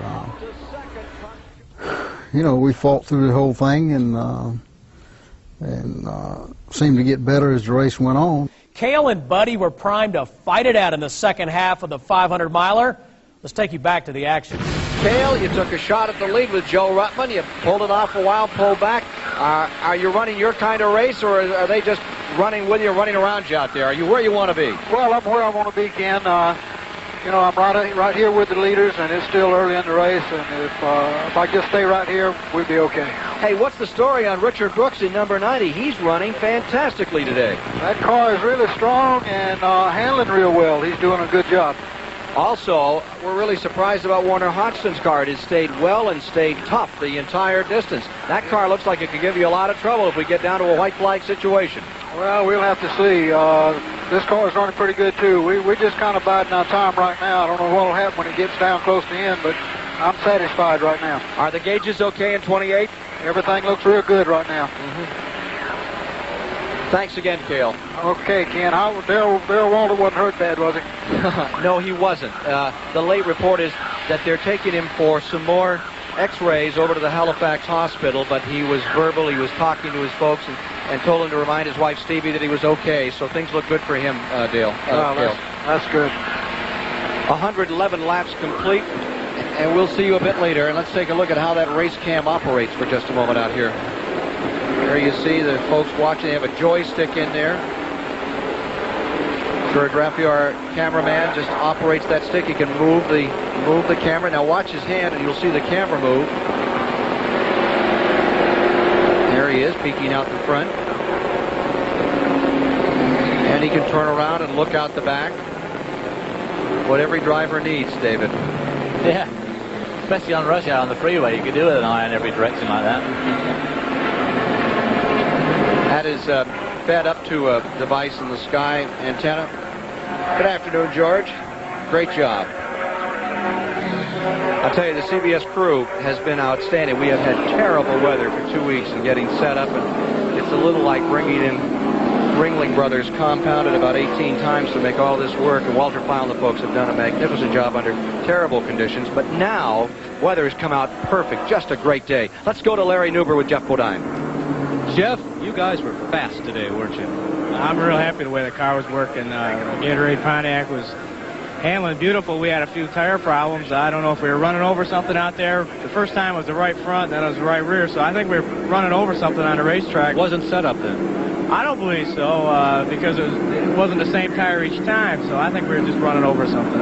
You looked a little different than all the other drivers today. You had one of the full-face helmets on. Are you more comfortable with that again? Well, you know, I just feel it's a lot safer than an open-face helmet. What happened to Terry Labonte at Riverside, I guess, convinced me to go back to the full-face helmet, and, you know, I was real comfortable out there. There's no problem with it. I think it'd be a good idea for all the drivers to do that.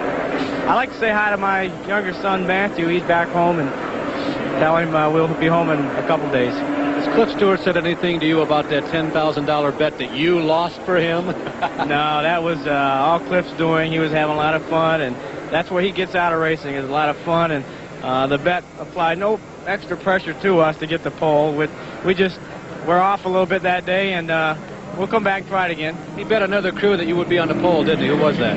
Well, he had several bets. I don't really know who he bet with. I stayed right out of that. Well, Jeff Bodine is out of it today, but there are a lot of people who think he'll be in victory lane very, very soon. And as they get ready to put the green out again, you are inside Cale Yarborough's automobile. There you see a lap car down on the inside. Lenny Pond, number 51.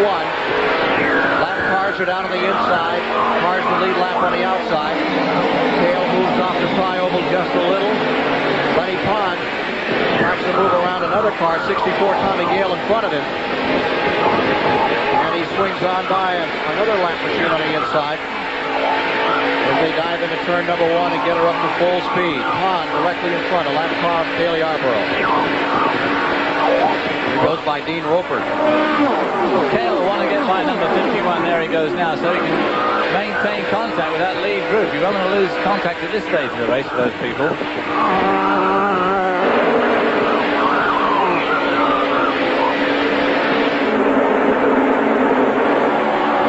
Field coming off turn number 4.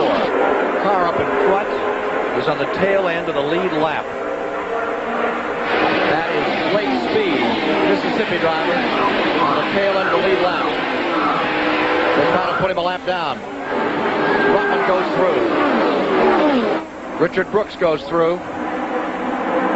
Lake Speed running right in front of Bobby Allison, currently back up to 3rd. Allison in a terrible crash here in the clash.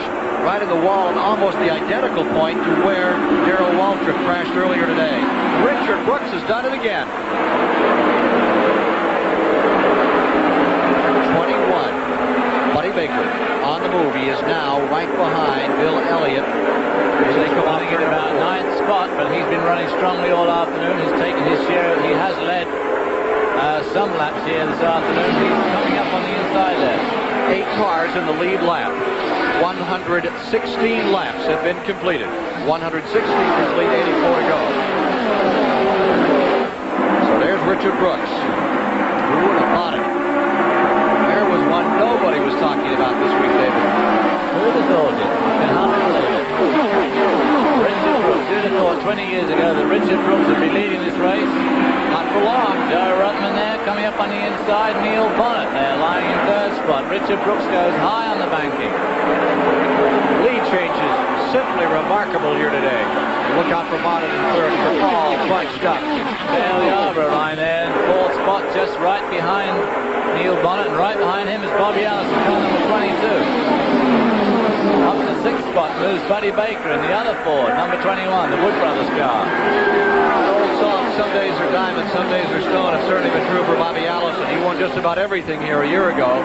Then this year, he's had trouble every day out here. But right now, it may be a state of transition for Allison. He's right there with the leaders. Here comes Cale Yarborough down the inside as he wants to take his shot here inside of his car. He is up to 3rd. He gets underneath Joe Ruttman. Brooks is in 1st. Then Bonnet is in 2nd, and you are right there with that 3rd place car. And also at this stage of the race, you can start to see how that windscreen is starting to get just a little bit disastrous. Neil Bonnet is waving, and he's pulling down. Bonnet dropping off. Falling back in that, he was waving. Neil Bonnet's got a problem. Neil Bonnet was waving then to warn Cale Yarborough that he was going to drop down. And he is falling way back. He is way back to the end of the draft. He is still exiting turn 2 as the field hustles down the back straightaway. Something Bonnet's happened. got a problem. He was waving then to let Cale know that something. Cale Yarborough Yarborough into the lead again. Dropping back to third goes Richard Brooks. Up to second comes Joe Rutland.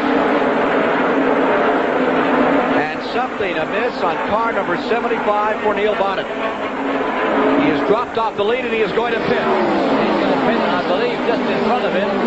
It's Lake Speed, who had been just put a lap down too. Well, here's Neil Bonnet, winner of the Clash. Winner last year of the World 600 at Charlotte, North Carolina. Right side tires and fuel on his car, 119 laps complete. Lake Speed is also taking on right side tires, about 5 pits behind him on pit road. Buddy Baker is trying to take away third spot from Richard Brooks. No go. Brooks stays there. Neil Bonnet's changing all 4 tires on his car. He'll go a lap down. He's about to go a lap down right now. Lap down. Fifth position is Bobby Allison, and sixth in that clock is Ron Bouchard. Then in seventh is Ricky Rudd, and right on the tail of our number 28 car, Cale Yarborough. There you see Joe Rutland as they squabble for the front position. You can see Rutland's arms there working as they go around that banking, down the back straight now. Practically see the whites of his eyes there. You get an idea just how close that draft is. Lots of people can't even back into the garage that close to the wall. Just drops back a little bit as they go through 3 and 4, but still only about 10 feet behind at the most. And as they come off the corner, he'll catch right up again to him. Through the tri-oval, be right glued to his tail. Here comes the Thunderbird of Buddy Baker. Baker on the move, going to third position and pulling up. The Daytona 500 getting down to decision time, 483.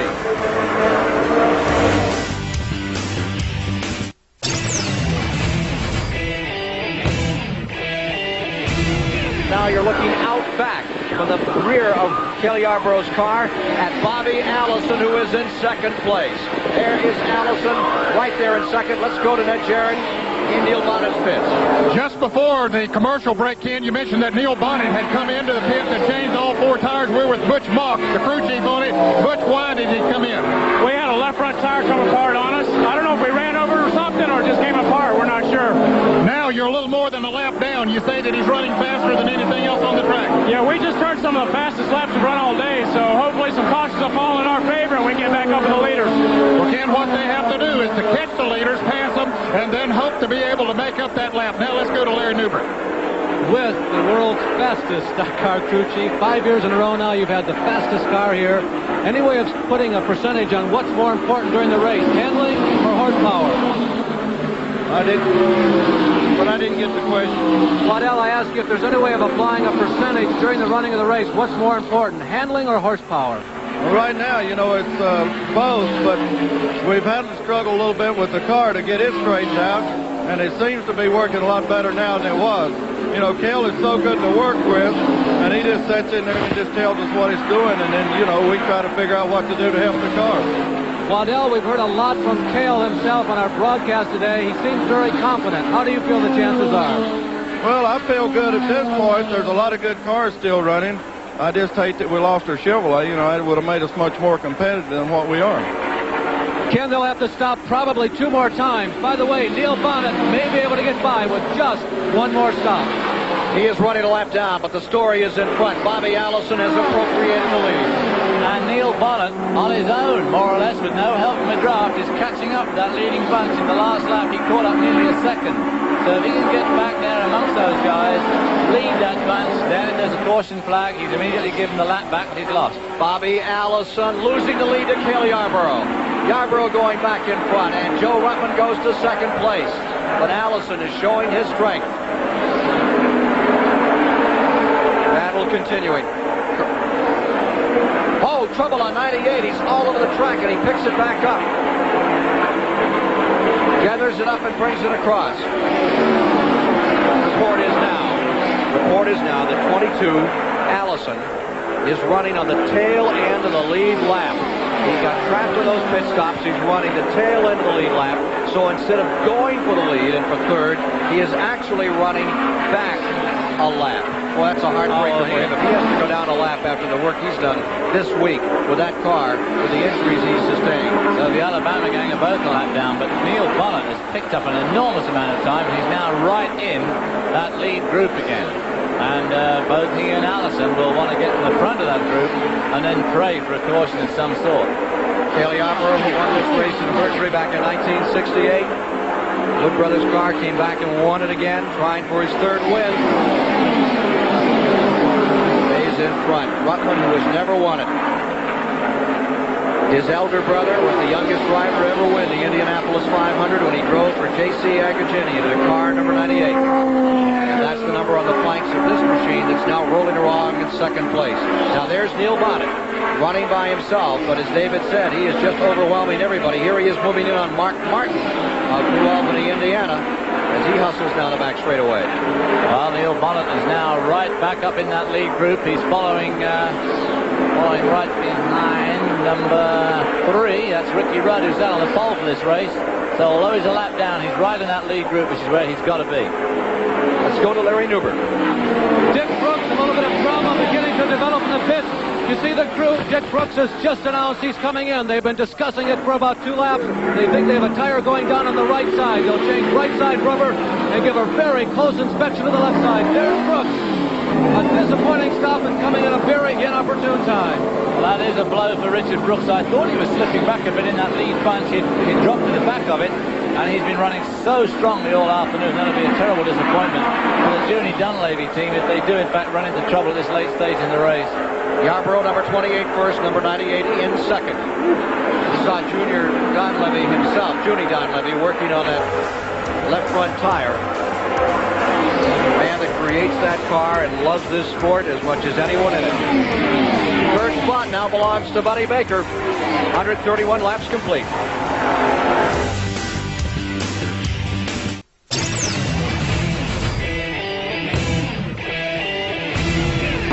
Live at the Daytona 500, Daytona Beach, Florida. You're looking at the attrition. There are now 13 cars that have fallen by the wayside in this race of the 42 that started. Richard Petty on an engine fail. Next week, Sunday, Richard Petty will drive his 900th career race, going for his 196, not on a super speedway, but a little half-mile track up in Richmond, Virginia. Jeff Bodine, the most recent retiree, change of leadership. Joe Ruttman is there, but there is the story, number 75, Neil Bonnet. Now watch Neil Bonnet in the 75. He has been making up time, driving up through the field. He was way behind him. Now Neil Bonnet is trying to get a lap back here. He gets underneath Cale Yarborough. Watch Bonnet in that 75, tight running. He almost was caught on a lap car 2 laps ago in the tri-oval. Looked for all the road. He was actually hit and turned a little sideways. Neil Bonnet has made a tremendous charge. He is a lap down, but he's trying to make it up. He's side by side with Cale Yarborough, the second place runner. Buddy Baker, number 21, is third. What a story here. Trying to make up a lap on the Daytona 500 to win it. That is tough doing. Now it's very steep. Notice how there's that lap car down on the inside, Buddy Arrington. Here comes Cale Yarborough, and it's going to force Bonnet out of it for just a minute, make him back off before again. Oh, a car in the wall. Number 2, Mark Martin. Mark Martin stumbles into the wall. You could just barely see him collect it. And it ripped his rear fender off and has damaged the car. Caution is out. That'll bring the caution out. Well, that's a shame for Neil Bonnet, because if he had led that lap, that would have given him his lap back. No, they're going to race to the flag. They are racing to the flag, so Bonnet has it all hung out. Neil Bonnet on the back straightaway. Number 2, Smokey. He has a fender torn up, but the story is following Neil Bonnet. He's trying to get his lap back. Remember, they're racing the line among those leaders. They're racing to the line as they go through turns 3 and 4. Neil Bonnet going high. They're going to run through the debris. Here is Bonnet. Look at Bonnet go up to the outside. He's trapped. He's trying to find a hole. He's trying to get that lap back. He pushes Ruttman. Ruttman won't let him through. Ruttman will keep him a lap down. That's exactly what Ruttman wanted to do, but he was actually getting tagged in that dramatic run back to the wire another time. 136 laps are complete as they go back under caution. Just 64 laps remaining to the decision of this $1 million 25th annual Daytona 500. It all began when Mark Martin had problems, and you could actually see it start in Coming the into the coverage. pits now, and you can see the damage on his car, which is pretty extensive on the right-hand side of his car. He hit the wall very hard coming off the fourth turn, but didn't lose control of the car, but he's lost a lot of the car instead. A brilliant recovery for Mark Martin, but the right side is all torn up on the J.C. Stacy automobile. There you see it on pit road after he was able to get it around and get it flowed. There we saw another example of this crazy dash for the line to get a lap back, because, I mean, it was just a miracle that no one had a major crash there, because Neil Bonnet was leaning on Joe Ruttman, and they were going through lap traffic. The Buick is going to retire. Mark Martin in the J.D. Stacy Buick is going back behind the wall through the television tower on pit road. Sad day for him. He really gave it. Mark had been running in 9th position when he finally was forced into retirement. All the leaders pitting. Waltrip is in. Yarborough is in. And the key play here is right down on pit road. Let's go to Larry Newberg. Joe Ruttman, the man who has never won a Grand National stock car race but come close many times, comes in for a stop under yellow, despite the fact that Ruttman has been playing almost bumper cars, no apparent damage in the race car. Ned Jarrett, the other end of pit road. We're watching Ron Bouchard's team as they change all 4 tires. We haven't heard a great deal out of him today, but he's been running right up in there with the leaders. His team is very confident that he can stick with them and make a move towards the end. Now let's go back to Larry Newberg. Dick Brooks is in. Remember, a couple of laps ago, they changed right side rubber. They came in while we were away at the commercial, changed left side rubber. The car still does not feel right. They think now it may not have been a tire problem, but perhaps something wrong with the chassis. Nate Jarrett. Ridley is getting all 4 tires too. Most of them will take on 4 tires during this caution period. They'll check out the tires to be sure that they're getting the type wear they want. So everybody comes in, changes those tires, and of course fill it up with gasoline. Now let's go back to Larry Newberg. You can see work being done on the left rear side of Dick Brooks' car. Judy Dunlevy and crew going to work. Damage to the left rear quarter panel that may have been the start of their problems about 100 miles ago. 1 lap to the green, 138 laps complete, 62 laps remaining.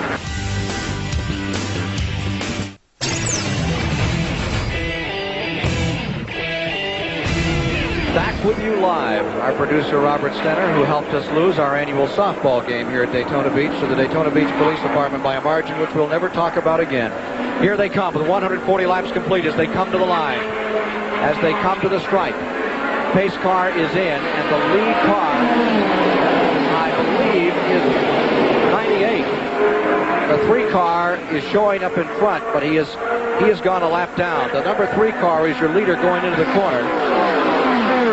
But that 3, the Richard Childress car, being driven by Ricky Rudd, set on the pole at 198.864. Chevrolet Monte Carlo is about to go a lap down. That would leave 5 cars as we have it in the lead lap. Here's Ruttman out of the inside. Allison is there. He's already gone by Ricky Rudd. And there comes the 75, Neil Bonnet. Now there's the character about which this whole play revolves at this time. Bonnet is as fast as anything, and perhaps faster. You're about to find out. If he can get that lap back, there is still time enough for him to make his presence felt in victory lane this day. Ruttman in front, and Ruttman seems to have, David Hobbs, the shakiest ride in the field. Everywhere you see that car, it seems to dance. Well, Cale Yarborough said his car looked loose earlier on, but he thought he got it tightened down a bit now. But there's no doubt about it, that car is running really loose. And maybe Joe Ruttman's going to try and win this race the same way that Mario Andretti did it back in 1967 with a car that was so loose it scared everybody else back. Neil Bonnet makes up his lap, and he drags along with him Bobby Allison. And here comes Buddy Baker, and Baker will now be your new leader.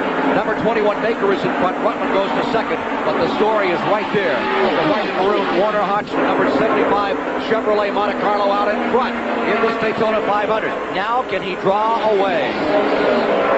The 3rd place car is Bill Elliott in number 9. Now this guy had 5 second place finishes accumulated over the past few seasons. He's never won it, but his 2 brothers are his crew chief, and you can't discount him. Take a look at the tires that came off Phil Parsons' car after he chewed one up coming around the racetrack. Well, because he spun off going through the tri-oval, and by the time, I think the tire probably burst, which is why he spun. By the time he'd driven back on it, as you can see, not much left of it. Here's Cale Yarborough getting beneath number 98 Rutman, and he picks up a spot. Cale seems to be playing a waiting game now. Cale is on his way, trying for that third spot. Cale Yarborough on the move, another climb. The two-time Daytona 5 winner. He could do it again.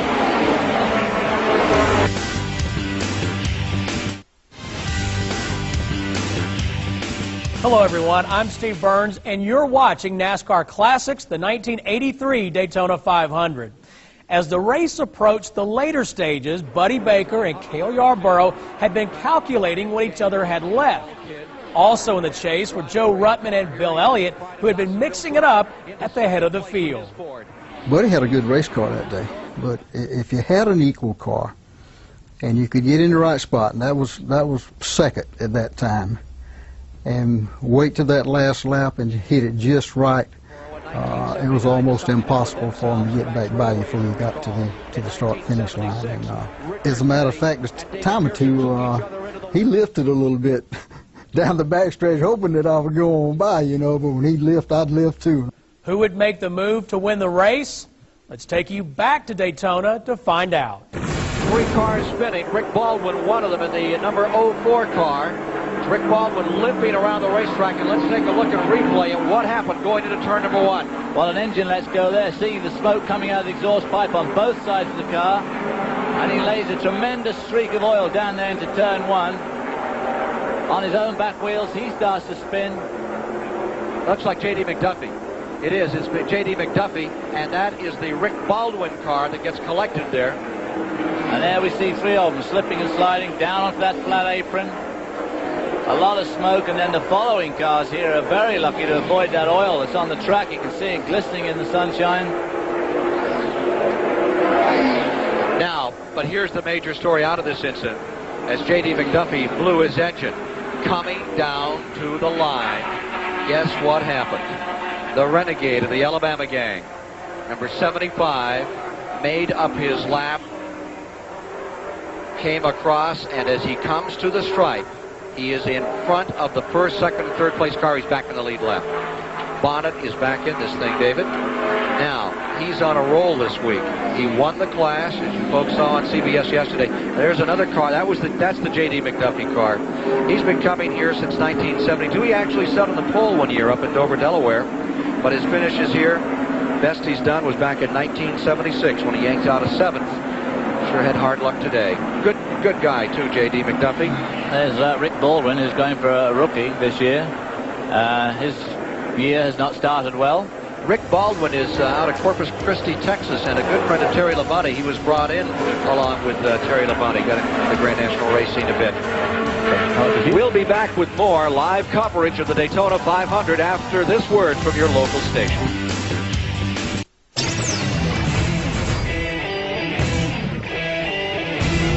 Back inside Cale Yarborough's car. He's just made a quick pit stop. It puts him back to 5th. Cale, one more pit stop, right? Right. We can make it in one more stop now, and maybe just have to take 1 can of fuel instead of 2. How are you feeling? Feeling pretty good right now. The car's still working good. We just got to wait and see what kind of moves we're going to have to make. Coming down to the line. Worried about those lap cars on the inside? Well, yeah, you got to keep your eyes open all the time. Good luck to you. Here they come, back to the line, ready to start. It is number 21. Buddy Baker. The Ford is in front. Chevrolet is in second. Riding third is Bill Elliott and another Ford. Then the Buick, number 47 of Ron Bouchard, and the Pontiac. And here he is passing A.J. Foyt, who is a lap down. Cale Yarborough in a Pontiac, maintaining that 5th position. And there is Neil Bonnet right there. He's running on the tail end of the lap. Neil Bonnet is back on the tail end of that lap as they get back to full speed. And you now have 6 cars in that cluster for the lead.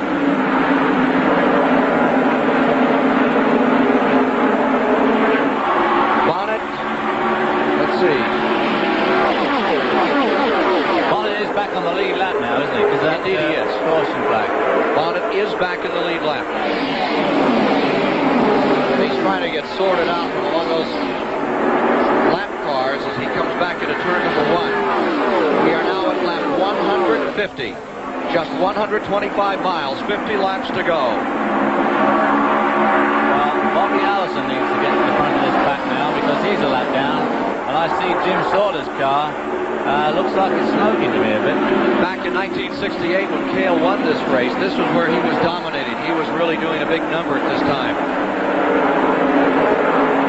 Average speed through 150 laps is 150.905. The record is 174.014. Bobby Allison, 1980. No record for this 500 today, but a lot of action. Joe Ruttman is in front. Joe Ruttman has put his Chevrolet up in front, and the Ford lies in second of Buddy Baker, the Wood Brothers car. And you're back with Cale Yarborough another time as they go down into the west end of the speedway, up on that 31-degree bank. There's Bobby Allison forcing his way in front of Ricky Rudd there. What a great shot that was. You just saw how he had to get back in line. Neil Bonnet, you see, holding his own on the outside. Neil Bonnet seems to have a tremendously strong engine. These guys, there's about 6 cars in line there. Neil Bonnet, in theory, should have dropped to the back of that line, but he didn't. Cale Yarborough drops in behind Neil Bonnet and is using Neil's draft now. The Cale's behind Neil. Neil will pick up speed as well as Cale. Drags him past Bobby Allison and is putting himself up onto Neil Bonnet as they come in. Both of them going around Richard Brooks now on the inside. Neil Bonnet's got a really strong engine, and if I know Cale, he's going to want to try and hang on to that car, that number 75 of Bonnet's, who really can run very strongly on his own. The new factor is Juan Bouchard, the Pittsburgh, Massachusetts racer, has gone to second place. Bouchard, the surprise winner 2 years back at Talladega, Alabama, in the Talladega 500, is now being passed by Joe Ruttman.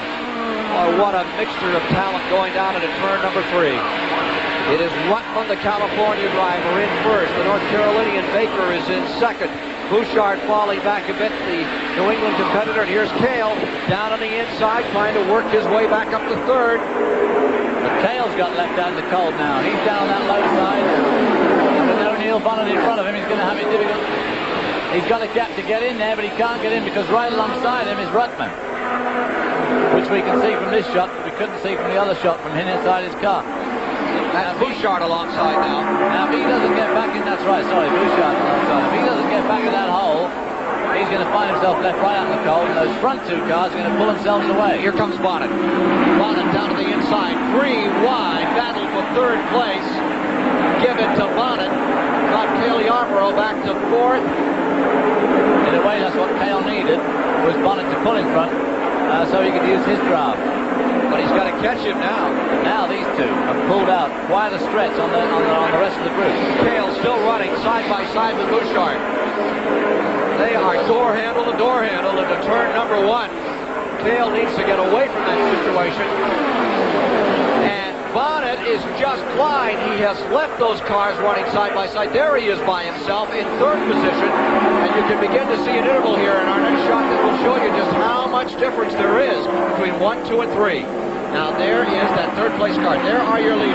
89 and 21 hustling down in that third turn. And coming up, there he is, number 75, Neil Bonnet, knocking on the door. 154 laps are complete.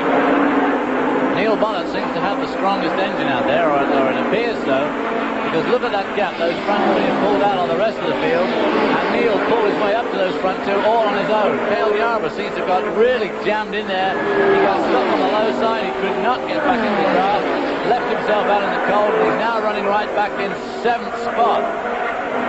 Bill Elliott has come to 4th. Back to 5th falls Cale Yarborough. In 6th is Ron Bouchard.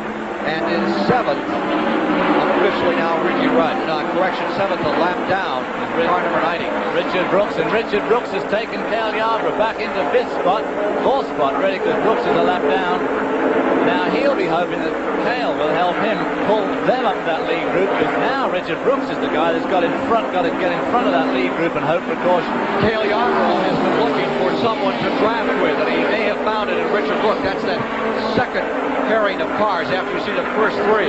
Now there is the Sonny King Ford right in front of Cale Yarborough, and look at that car wiggle. Richard Brooks there, fighting there for his life, literally, hanging on to that 4,000-pound car, nearly 4,000-pound car, drafting down the backstretch. Cale Yarborough coming up to do a slingshot, but they've got to make ground on these 2 cars. Number 98, there he goes by him. Now there goes Cale by him. He'll want to keep 90 with him for a 2-car draft, right? Exactly. He'll hope that Richard Brooks will fall right in behind him and maybe do the same thing to him, but at least it'll pull him back to that lead group, as we see here. Leaders coming down. Who's going to win? Joe Ruttman for the first time. Buddy Baker the second time. Neil Bonnet for the first time.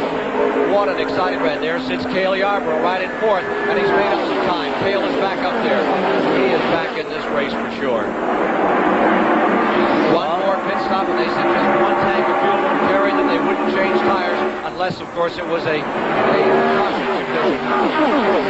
Well, Joe Ruttman had a CBS camera in his car last year and ran very strongly in the car owned by J.D. Stacy. He put on a fantastic show this afternoon. Bonnet, they say, is smoking. There you see a little smoke coming up, number 75. He hasn't got out of it. Smoking, too. He's still in it. Here he comes, and from our camera car, you can see the smoke now. Cale Yarborough riding right there behind. Not very nice for Cale Yarborough to see that smoke coming out, because smoke means trouble. And he needs to stay in that grab. Yeah, there you see the smoke. What tire smoke, or is it out of the headers? Hard to tell. Watching to see if that's something rubbing, or if it's in the engine compartment. Certainly don't want the engine to blow right now. Cale's making a shot for third. Would like to get around this situation and move on. That's just what he's doing. A lot of smoke. There's smoking coming out of the left front wheel arch. Now, whether it's the left front tire or whether it's coming out of the engine, it's hard to tell. Tremendous. I think he might have got a flat tire. Pull in, Neil. He's missed the pit lane. Now he's in trouble. Black flag out. Consultation flag for Bonnet. The other day, Dale Earnhardt didn't take it in the 20-lap, 50-mile, $220,000 flash race, which has the pole winners of the previous year all competing against each other. They fined him $10,000. Later, that was rescinded to about $5,000, but it's the kind of dollars that get your attention. Bonnet slowing down. He's dropped right off the pace now. He's obviously going to pull in next time around, but I still don't know what it is quite. Now there is the second place man, Buddy Baker. Cale going to first. Buddy Baker going into first. Joe Ruttman dropping to second. Cale Yarborough stays there in third. Daytona 500 is going to be another of those typical Daytona finishes to decide it.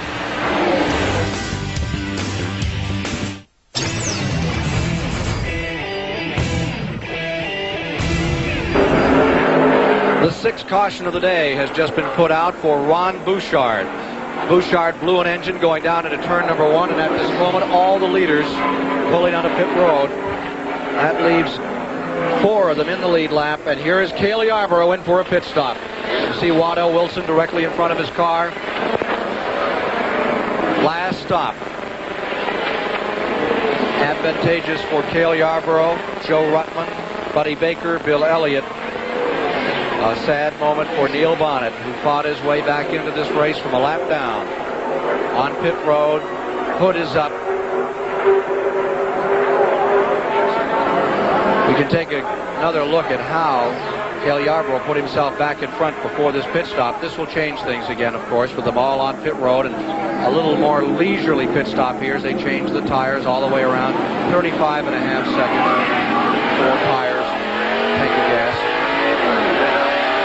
Let's take a look at how he sees the lead just a few moments back. There you see the Joe Ruttman car right in front of him.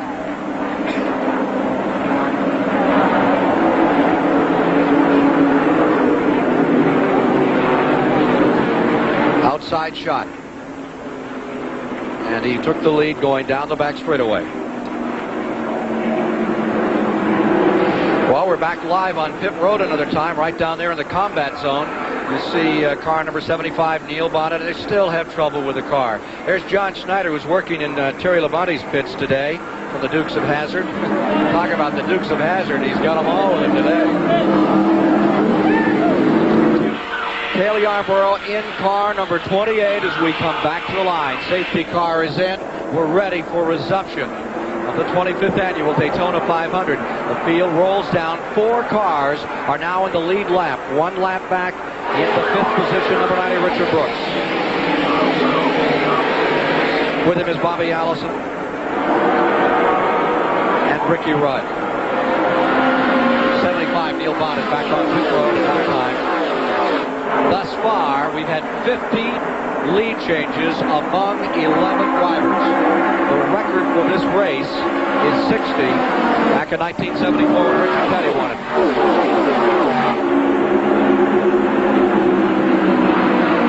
Heartbreaker for Neil Bonnet.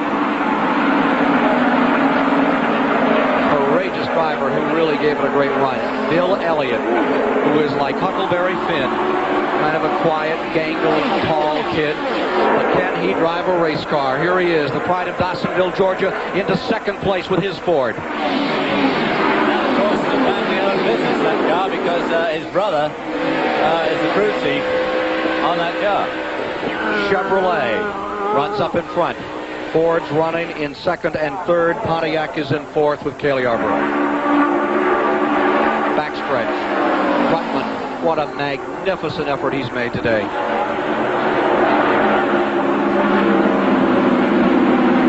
Late report from the hospital. Darrell Waldron's condition is listed as satisfactory.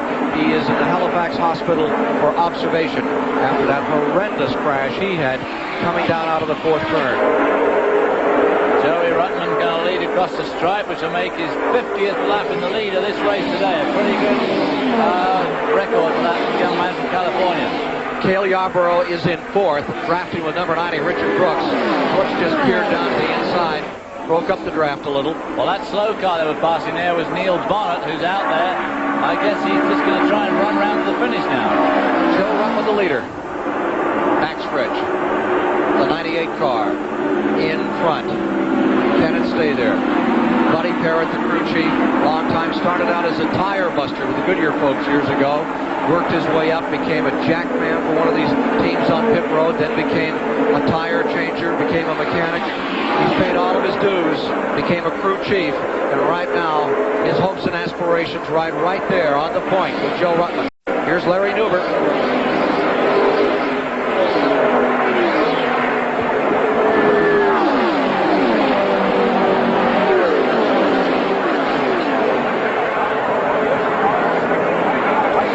Try once again to reach Larry Newbert. A little bit of nail biting going on in the...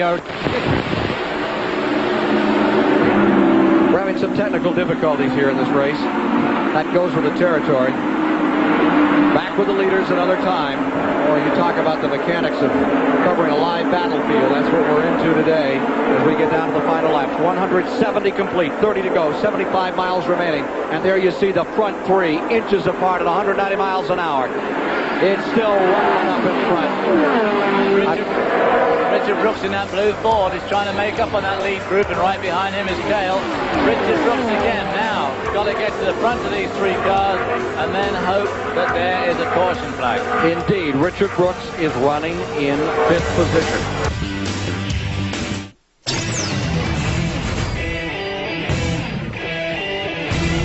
It sounded like a rifle shot on pit road. It was a tire exploding on Bobby Allison's car. There you see it. He had just come in moments ago. Coming in most un-Allison-like fashion. He came in too fast, locked up his tires, and actually popped the front right tire as he pulled into his pit. He had been running in sixth.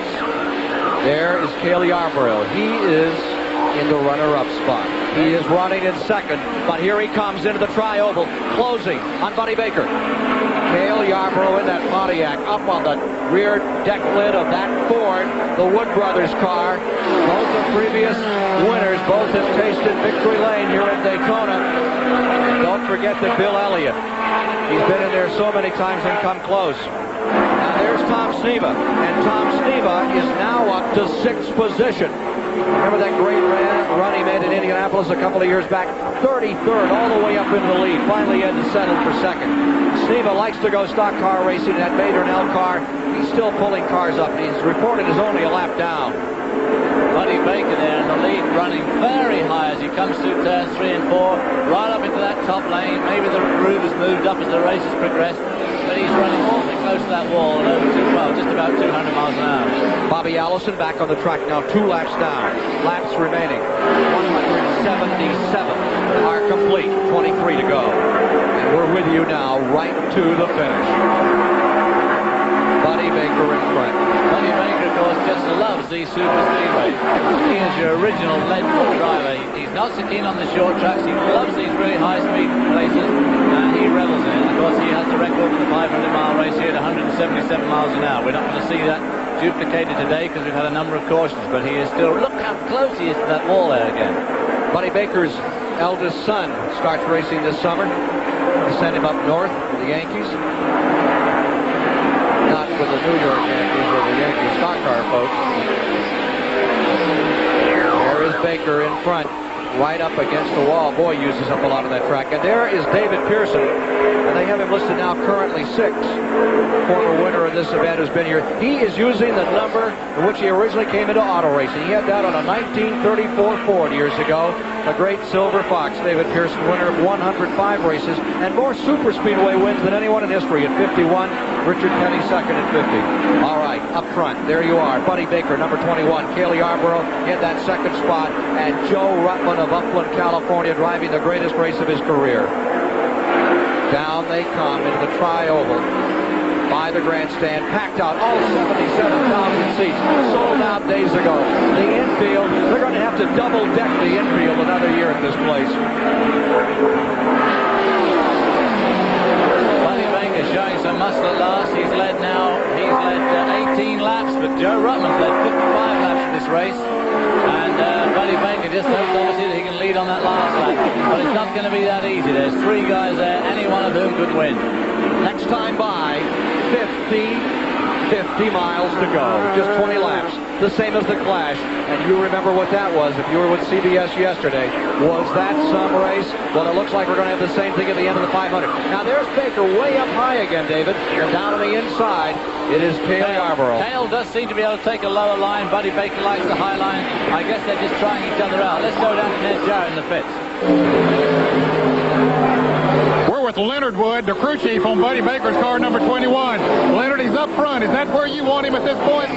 Well, he's run Daytona many times in Talladega, and it all depends on how the car's working, how it's handling, how it's running. And I'm sure he knows what to do, where he'd come up, where he can finish the best. And we're going to leave that up to him because he can tell more about it than we can because he's in now. Apparently it's working good. Well, it seems to be working good. There's nothing wrong with it. It's got a gear in it to draft more so than run in front, but it really looks pretty good, so we're just hoping for the best. Now, if you say a drafting gear, that would mean that you have a little higher ratio, not turn quite as many Well, it's a little tall and don't turn as many RPM. Okay, that's the term they use in racing, Ken, when they say a little taller. That means a little higher ratio, which will permit it to rev those RPMs up in the draft, which they normally will do, but that would not over-rev it having that high gear in it. Thank you, Dad. A.J. Foyt, his car going away. A long time since he's had a victory in Grand National racing. Here he comes on the pit road. Dick Hutcherson helping him. They're a great combination when it comes to stock car racing. A.J. loves to come down here and run these stock cars, although, of course, as America's well aware, his name is in IndyCar racing. 48 years old and still as tough as when he first went up there and ran as a rookie at Indy. Lake Speed saying goodbye. The Haas Ellington car coming apart late in the race. 4 cars lead left. A relative newcomer, Bill Elliott there, and then Joe Ruttman, who's had so much short track experience and only moved up into the NASCAR Grand National ranks a couple of years ago, and up in front, 2 42-year-old drivers who've done it all. Cale Yarborough, winner of 74 Grand National races in his very fine career, riding there in second spot. Buddy Baker right along with him. Baker's at 20 races that he's won, or 18. Baker loves the super speedways, has not done nearly the amount of races that Yarborough has done. Now there is Yarborough trying for the inside. Yarborough trying to make a move and then not going through. Quickly to Ned Jarrett. You mentioned that Lake Speed had gone by the wayside. Here's Haas Ellington, who owns that car. What's the problem, Haas? Well, then I think we dropped a valve or something and started missing, and then it went on ahead and blowed up, I think. But, we had trouble all day. First of all, we got a lap down, when we pitted, and the rest of them stayed out. We got it back, and then we had 2 tires, we rolled something, cut 2 down, so just wasn't our day. So Maybe we can come back with Uno and do something good later. Well, Ken, a year ago, Buddy Baker was driving this car number 1 owned by Hoss Ellington, but now he's still out there riding, and Hoss's car is in the pit.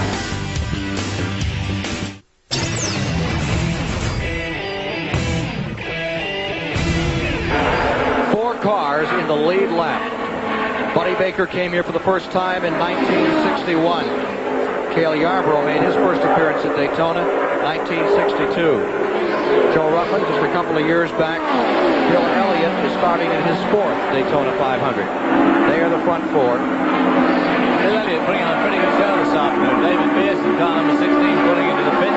7th place car is on pit road, David Pearson. 5th place car is Richard Brooks. There's David Pearson. 6th place car is Ricky Rudd. 7th is this number 16 of Pearson. Then the 8th place car is, or has been, A.J. Boyd. Cancel that and move up into 8th car, number 44, Terry Labonte, who started last. Next to last today. And Neil Bonnet's on pit road again. I should think they'll be about ready to call this a day now. There's obviously something pretty seriously wrong with that engine. Falling back to Baker leaves again over the line because Bobby Allison is right behind him now, but of course he is at least 2 laps down, so he's really not much of a chance. Falling back to 9th, Tom Sneva. 11th, a couple of laps down, is Bobby Allison. The 12th position is Jody Ridley. The 13th position now is Foyt. 14th position, number 66, Bill Parsons. And then coming up next to that group is Jimmy Means. Back to net, Joe. J.C. Elder, who's the crew chief on this car 75. Jake, what's the problem with Neil? It's blown out so much oil, we can't tell where it's coming from, Ned. Jake is a man of very few words, but he flat knows how to set a car up to get around the racetrack fast. But they're having engine problems here today, so they're just trying to ride it out. Jake Elder, crew chief, who had a winner here in 67. Some young kid at that time named Mario Andretti came down here and ran loose. Just folded from one side of the track to the other all through the 500-mile races. Scared these guys half to death. Scared the opposition off, I believe, yeah. And I think Joe Ruttman looked early on this afternoon as if he was trying to do the same thing. But boy, he really has hung in there well. And this could be anybody's race. They again swap positions on the back straight there. Buddy Baker slipping from first to second, well, third rather, second in actual fact, third on the road. Here's Cale. Holding on. Does he have more? Is he setting his man up? There you see the sun starting to really become a problem as you look through the windscreen of that car. The camera picks it up very well, that glare. As these screens not only get oily and dirty, but with the fine sand all around this track, they actually become really, really pitted. And you could never use the screen again after this one race. Cale Yarborough drafting off Bobby Allison, now pulling by Bobby. The Great American Race coming down to a shootout among some of the finest Americans you could ever hope to meet. Buddy Baker, Joe Ruttman, Cale Yarborough, and Cale again has himself a shot at first place. We have a report that Phil Parsons, car number 66, Phil is Benny's brother, has got a loose front fender. So I expect they'll be dragging him in. There'll be a black flag, I imagine, for him before it comes off and brings out a caution flag. Cale wrestling that car, and that's looking out the back at second place. That's just how close they have run all day. There has been no let-up. There have been no timeouts. There have been no half-times. It's been like this except for 5 short caution periods in this event. Back to the pits, Bobby Allison another time. Last year's having trouble with his right side rubber by the look of it. Up change of position. Baker goes back in front. The Ford goes in front of the Pontiac. Buddy Baker back to the lead. Talk about determination. And as David Hobbs mentioned, he loves these super speedways. He just enjoys going quick. And here in Talladega are his 2 favorite tracks. A lot of drivers are spooked by these places. Well, it certainly spooked me. I'm not too sure about this 200-mile-an-hour lapping business, but Buddy Baker seems to revel in it. The faster they go, the more he likes it. 10 to go. When they come through, there will be 10 laps to go. There's your leader. Of course, he's a great guy, Buddy Baker. He's an enormous man as well. There's Terry Labonte, number 44. He is running back in 9th. Being followed there by David Pearson, and I think that's Tom Sneva. That's right. All in together. Back to the leaders. Baker won it all at 80.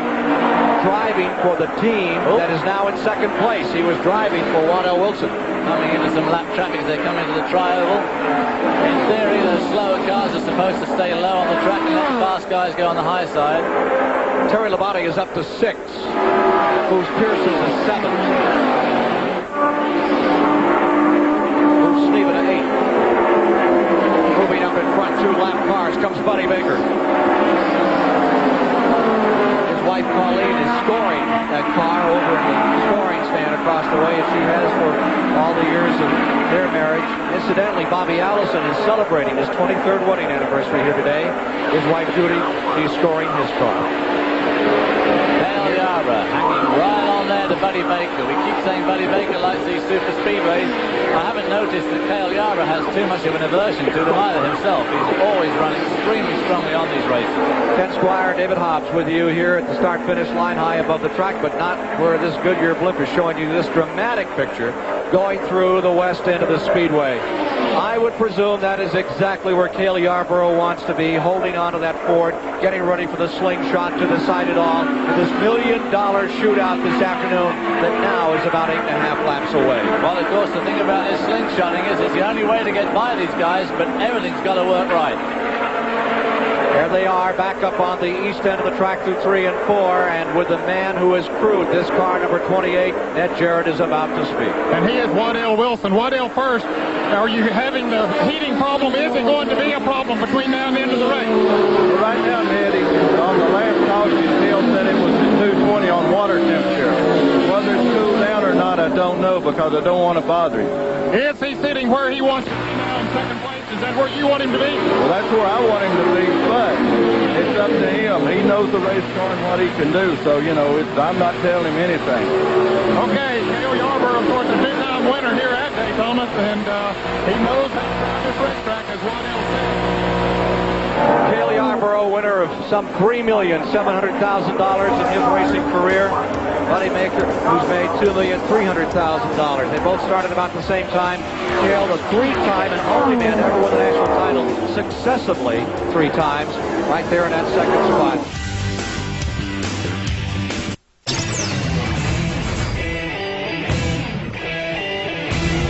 We are just minutes away from deciding the 25th annual Daytona 500. What a silver anniversary shootout this one is.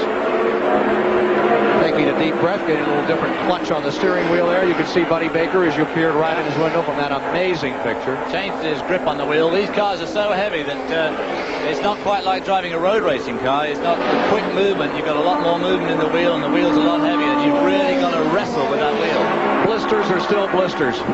You said it, but Buddy, if anybody's got big enough arms to wrestle with the wheel, it's Buddy Baker. And of course, Cale Yarborough, although short in stature, is incredibly strong.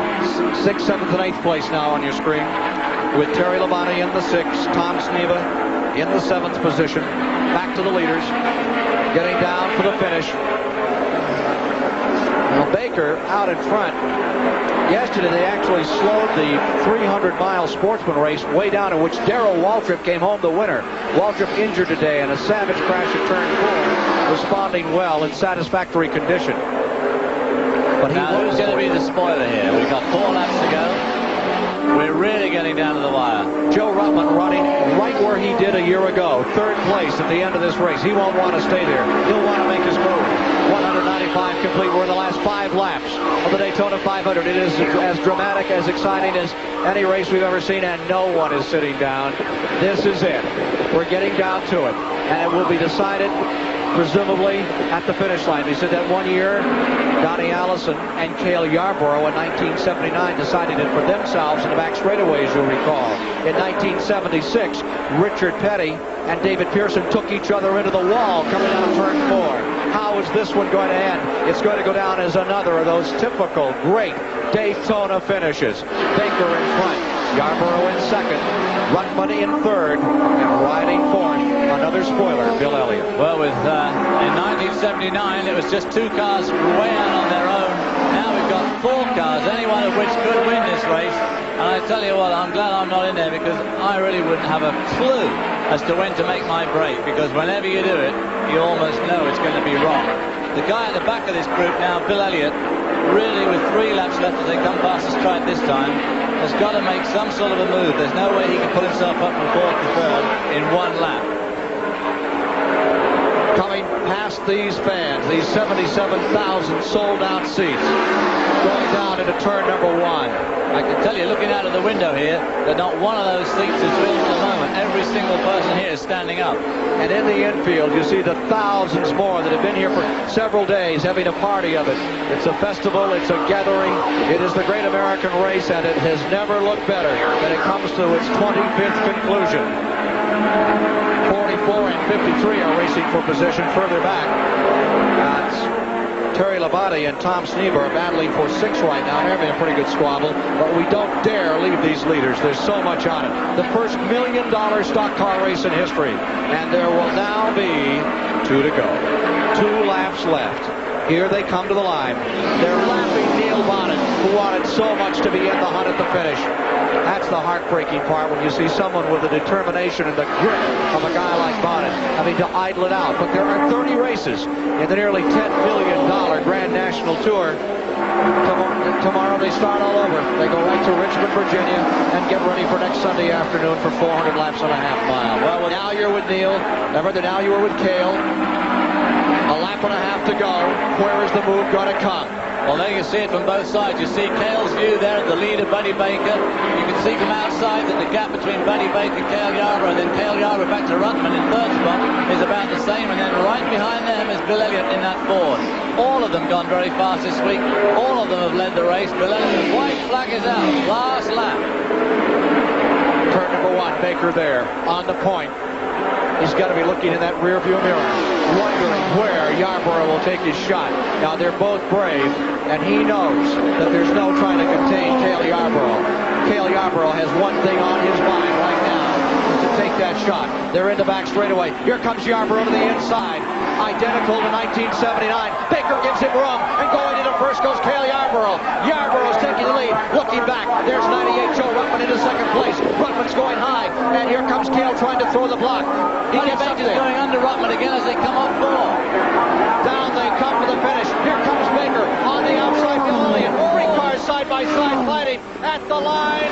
Cale Yarborough does it. Fantastic strategy. Jesus, he did that just so right. Let's listen to Cale Yarborough. Cale, can you hear me? Cale Yarborough, Ken Squire, can you hear me? Thank you very much, CBS. Thank you very much, Cale Yarborough. What a magnificent race. What a great race, and what tremendous strategy, Cale, coming down that back straightaway. Well, I knew what I had to do, Ken, and it's like a checker game. You know, you put yourself in the right spot, you can win the game, and that's what happened. Did you even for a moment think 1979 Baker may throw a block? Well, no, I got more faith in Baker than that. Well, it was a spectacular finish. At the end, it looked like at least 2 other cars are going to make a run on you and try to come back. Ruttman really gave it a stab. You made a move to hold him. Well, they sure did. But, you know, after all the bad luck we've had this week, just thank the good Lord for a good, safe race, and we saved it all for last. Did Joey Ruttman, in fact, coming out behind you in that draft, did that help you get by Buddy Baker? Well, yeah, it helped some. That's what I had it planned. Cale Yarborough, you have made racing history, and we sincerely, everyone at CBS and all of American racing enthusiasts, thank you. Thank you, Ken Squire and CBS. All right, he's headed into victory lane. I mean, you've never seen pictures like this. Headed for victory lane, a slight pause, and then pulling through the fence, Ned Jarrett, a 50-time winner himself, who raced against this guy, waiting for him there. And he's just about to turn it off for the first time since about 12:22. Let's go right down to Ned Jarrett. A happy crew here, Ken Squire, as they unfasten the safety paraphernalia, the shoulder harness, the seat belts. Of course, that really is just one buckle that holds all of that together. Now he's taking his helmet off, getting congratulations from the crew here as they try to get to him. So Cale Yarborough in victory lane here in the Daytona 500. for the third time, one of the hardest chargers that this sport has ever known, and certainly he did what he had to do out there today. He stayed right up front all of the way, and then when it came time to make the move, he knew what he had to do, and he did it in very fine fashion. As he pulls his helmet off now, we'll get him out of here in just a moment. He looks pretty relaxed, Ken. It's amazing, really, that after a man running 500 hard miles the way that he has, he's looking in the rearview mirror to be sure, you know, that he looks okay for our CBS cameras. He realizes he's been on them all day long, but in a little different fashion than what he's going to be here now in Victory Lane as Waddell Wilson comes to the front of the car to Here we go. We got him. Congratulate him. Here he is, one of the smallest drivers on the circuit, but still one of the strongest. As he gets the accolades here in Victory Lane. That's his car owner, Harry Renier, giving his congratulations, and now ours. Cale, congratulations. Well, thank you, Ned. I just want to thank the Lord for a good, safe race in this car. I'll tell you what, El, and everybody did such a fantastic job, but made my job easy. All I did was drive it. Cale, the car that you brought here that was so fantastic, ran over 200 miles an hour, got busted up. This is a backup car. Well, yeah, this is a backup car, and a car that we wasn't even going to bring down here. And it's a Pontiac. We knew the other car was the best, but, you know, these boys can make anything run, I guess, and that's what they did today. And, you know, this Hardee's car, Hardee's Coca-Cola, Valvoline, I just appreciate all of them because they all had a part of it. Well, I'll tell you had quite an audience riding with you all day. Well, I sure did, Ned, and I hope they enjoyed it as much as I did. Cale, you knew what you had to do on that last lap there. Well, yeah, I knew what I had to do. I knew it was a checker game that I played all day, and a lot of times when I was back there in the back, I know it looked like that I may not have been doing what was right, but I thought I knew what I was doing by staying back there and watching what was going on, so I'd know how to make my move at the end. Ken, he did know what he was doing. Congratulations, Kyle. The third time he's won it. Cale Yarborough.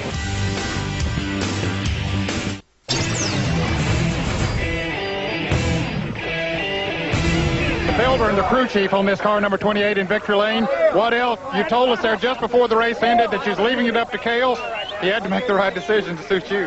Well, he really did, and, you know, all the credit goes to him for being able to pull it off. You know, he done a fantastic job. You know, we've had our ups and downs this week, and, you know, one minute we was happy when we qualified. The next minute I was worried about Cale in that wreck, and I just want to thank God for, you know, granting us this victory and helping Cale through the wreck on, you know, last week qualifying, and, you know, I just praise him for helping us, and I want to thank all the crew. You know, they done a heck of a job, and Hardee's and Valvoline and Coke and Mr. Renier, you know, for standing with all of us, and, you know, it's just a great group of guys. And our thanks from CBS for allowing us to carry our camera in your car out there. Some fantastic shots. Well, you know, it was kind of difficult to start with because, you know, we'd wrecked Monte Carlo, and then we had to switch cars, and, you know, the guys with CBS, you know, they really helped, and they worked with us, and, you know, they worked at night, and we worked on it the daytime, so the two crews put it back together. Okay, the second time in 4 years that one of Waddell Wilson's cars has been in Victory Lane here at Daytona. And you talk about the nice people. That's one of them, Waddell Wilson. Now watch this pass from inside Cale Yarborough's car. This is the one for the money. Down to the inside. That's where he took the lead, right where he crashed in 1979. And now he is in the lead. And Joe Ruttman is coming right along with him. And that, of course, is what really helped him a lot. With Joe Ruttman coming along, and they did a double draft over the line. And now you see Ruttman and Buddy Baker touch as they come up to the stripe. But Cale Yarborough is home free as he takes another lead and wins his third Daytona 500. Ah, the ecstasy of it all.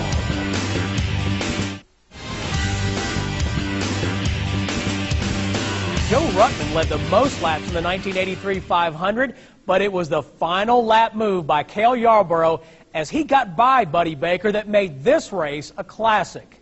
Yarborough's amazing comeback was his third career 500 win.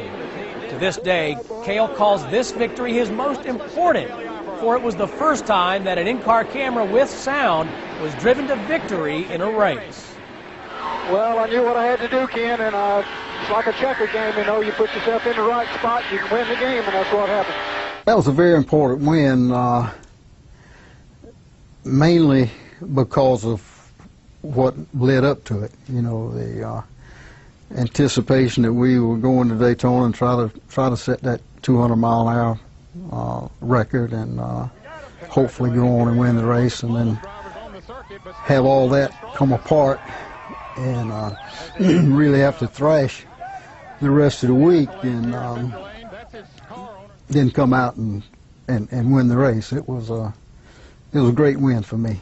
What a ride Cale gave race fans on that February afternoon. For NASCAR Classics, the 1983 Daytona 500, I'm Steve Burns. Thanks for joining us. The flag is out from the Vice President, George Bush. They are away.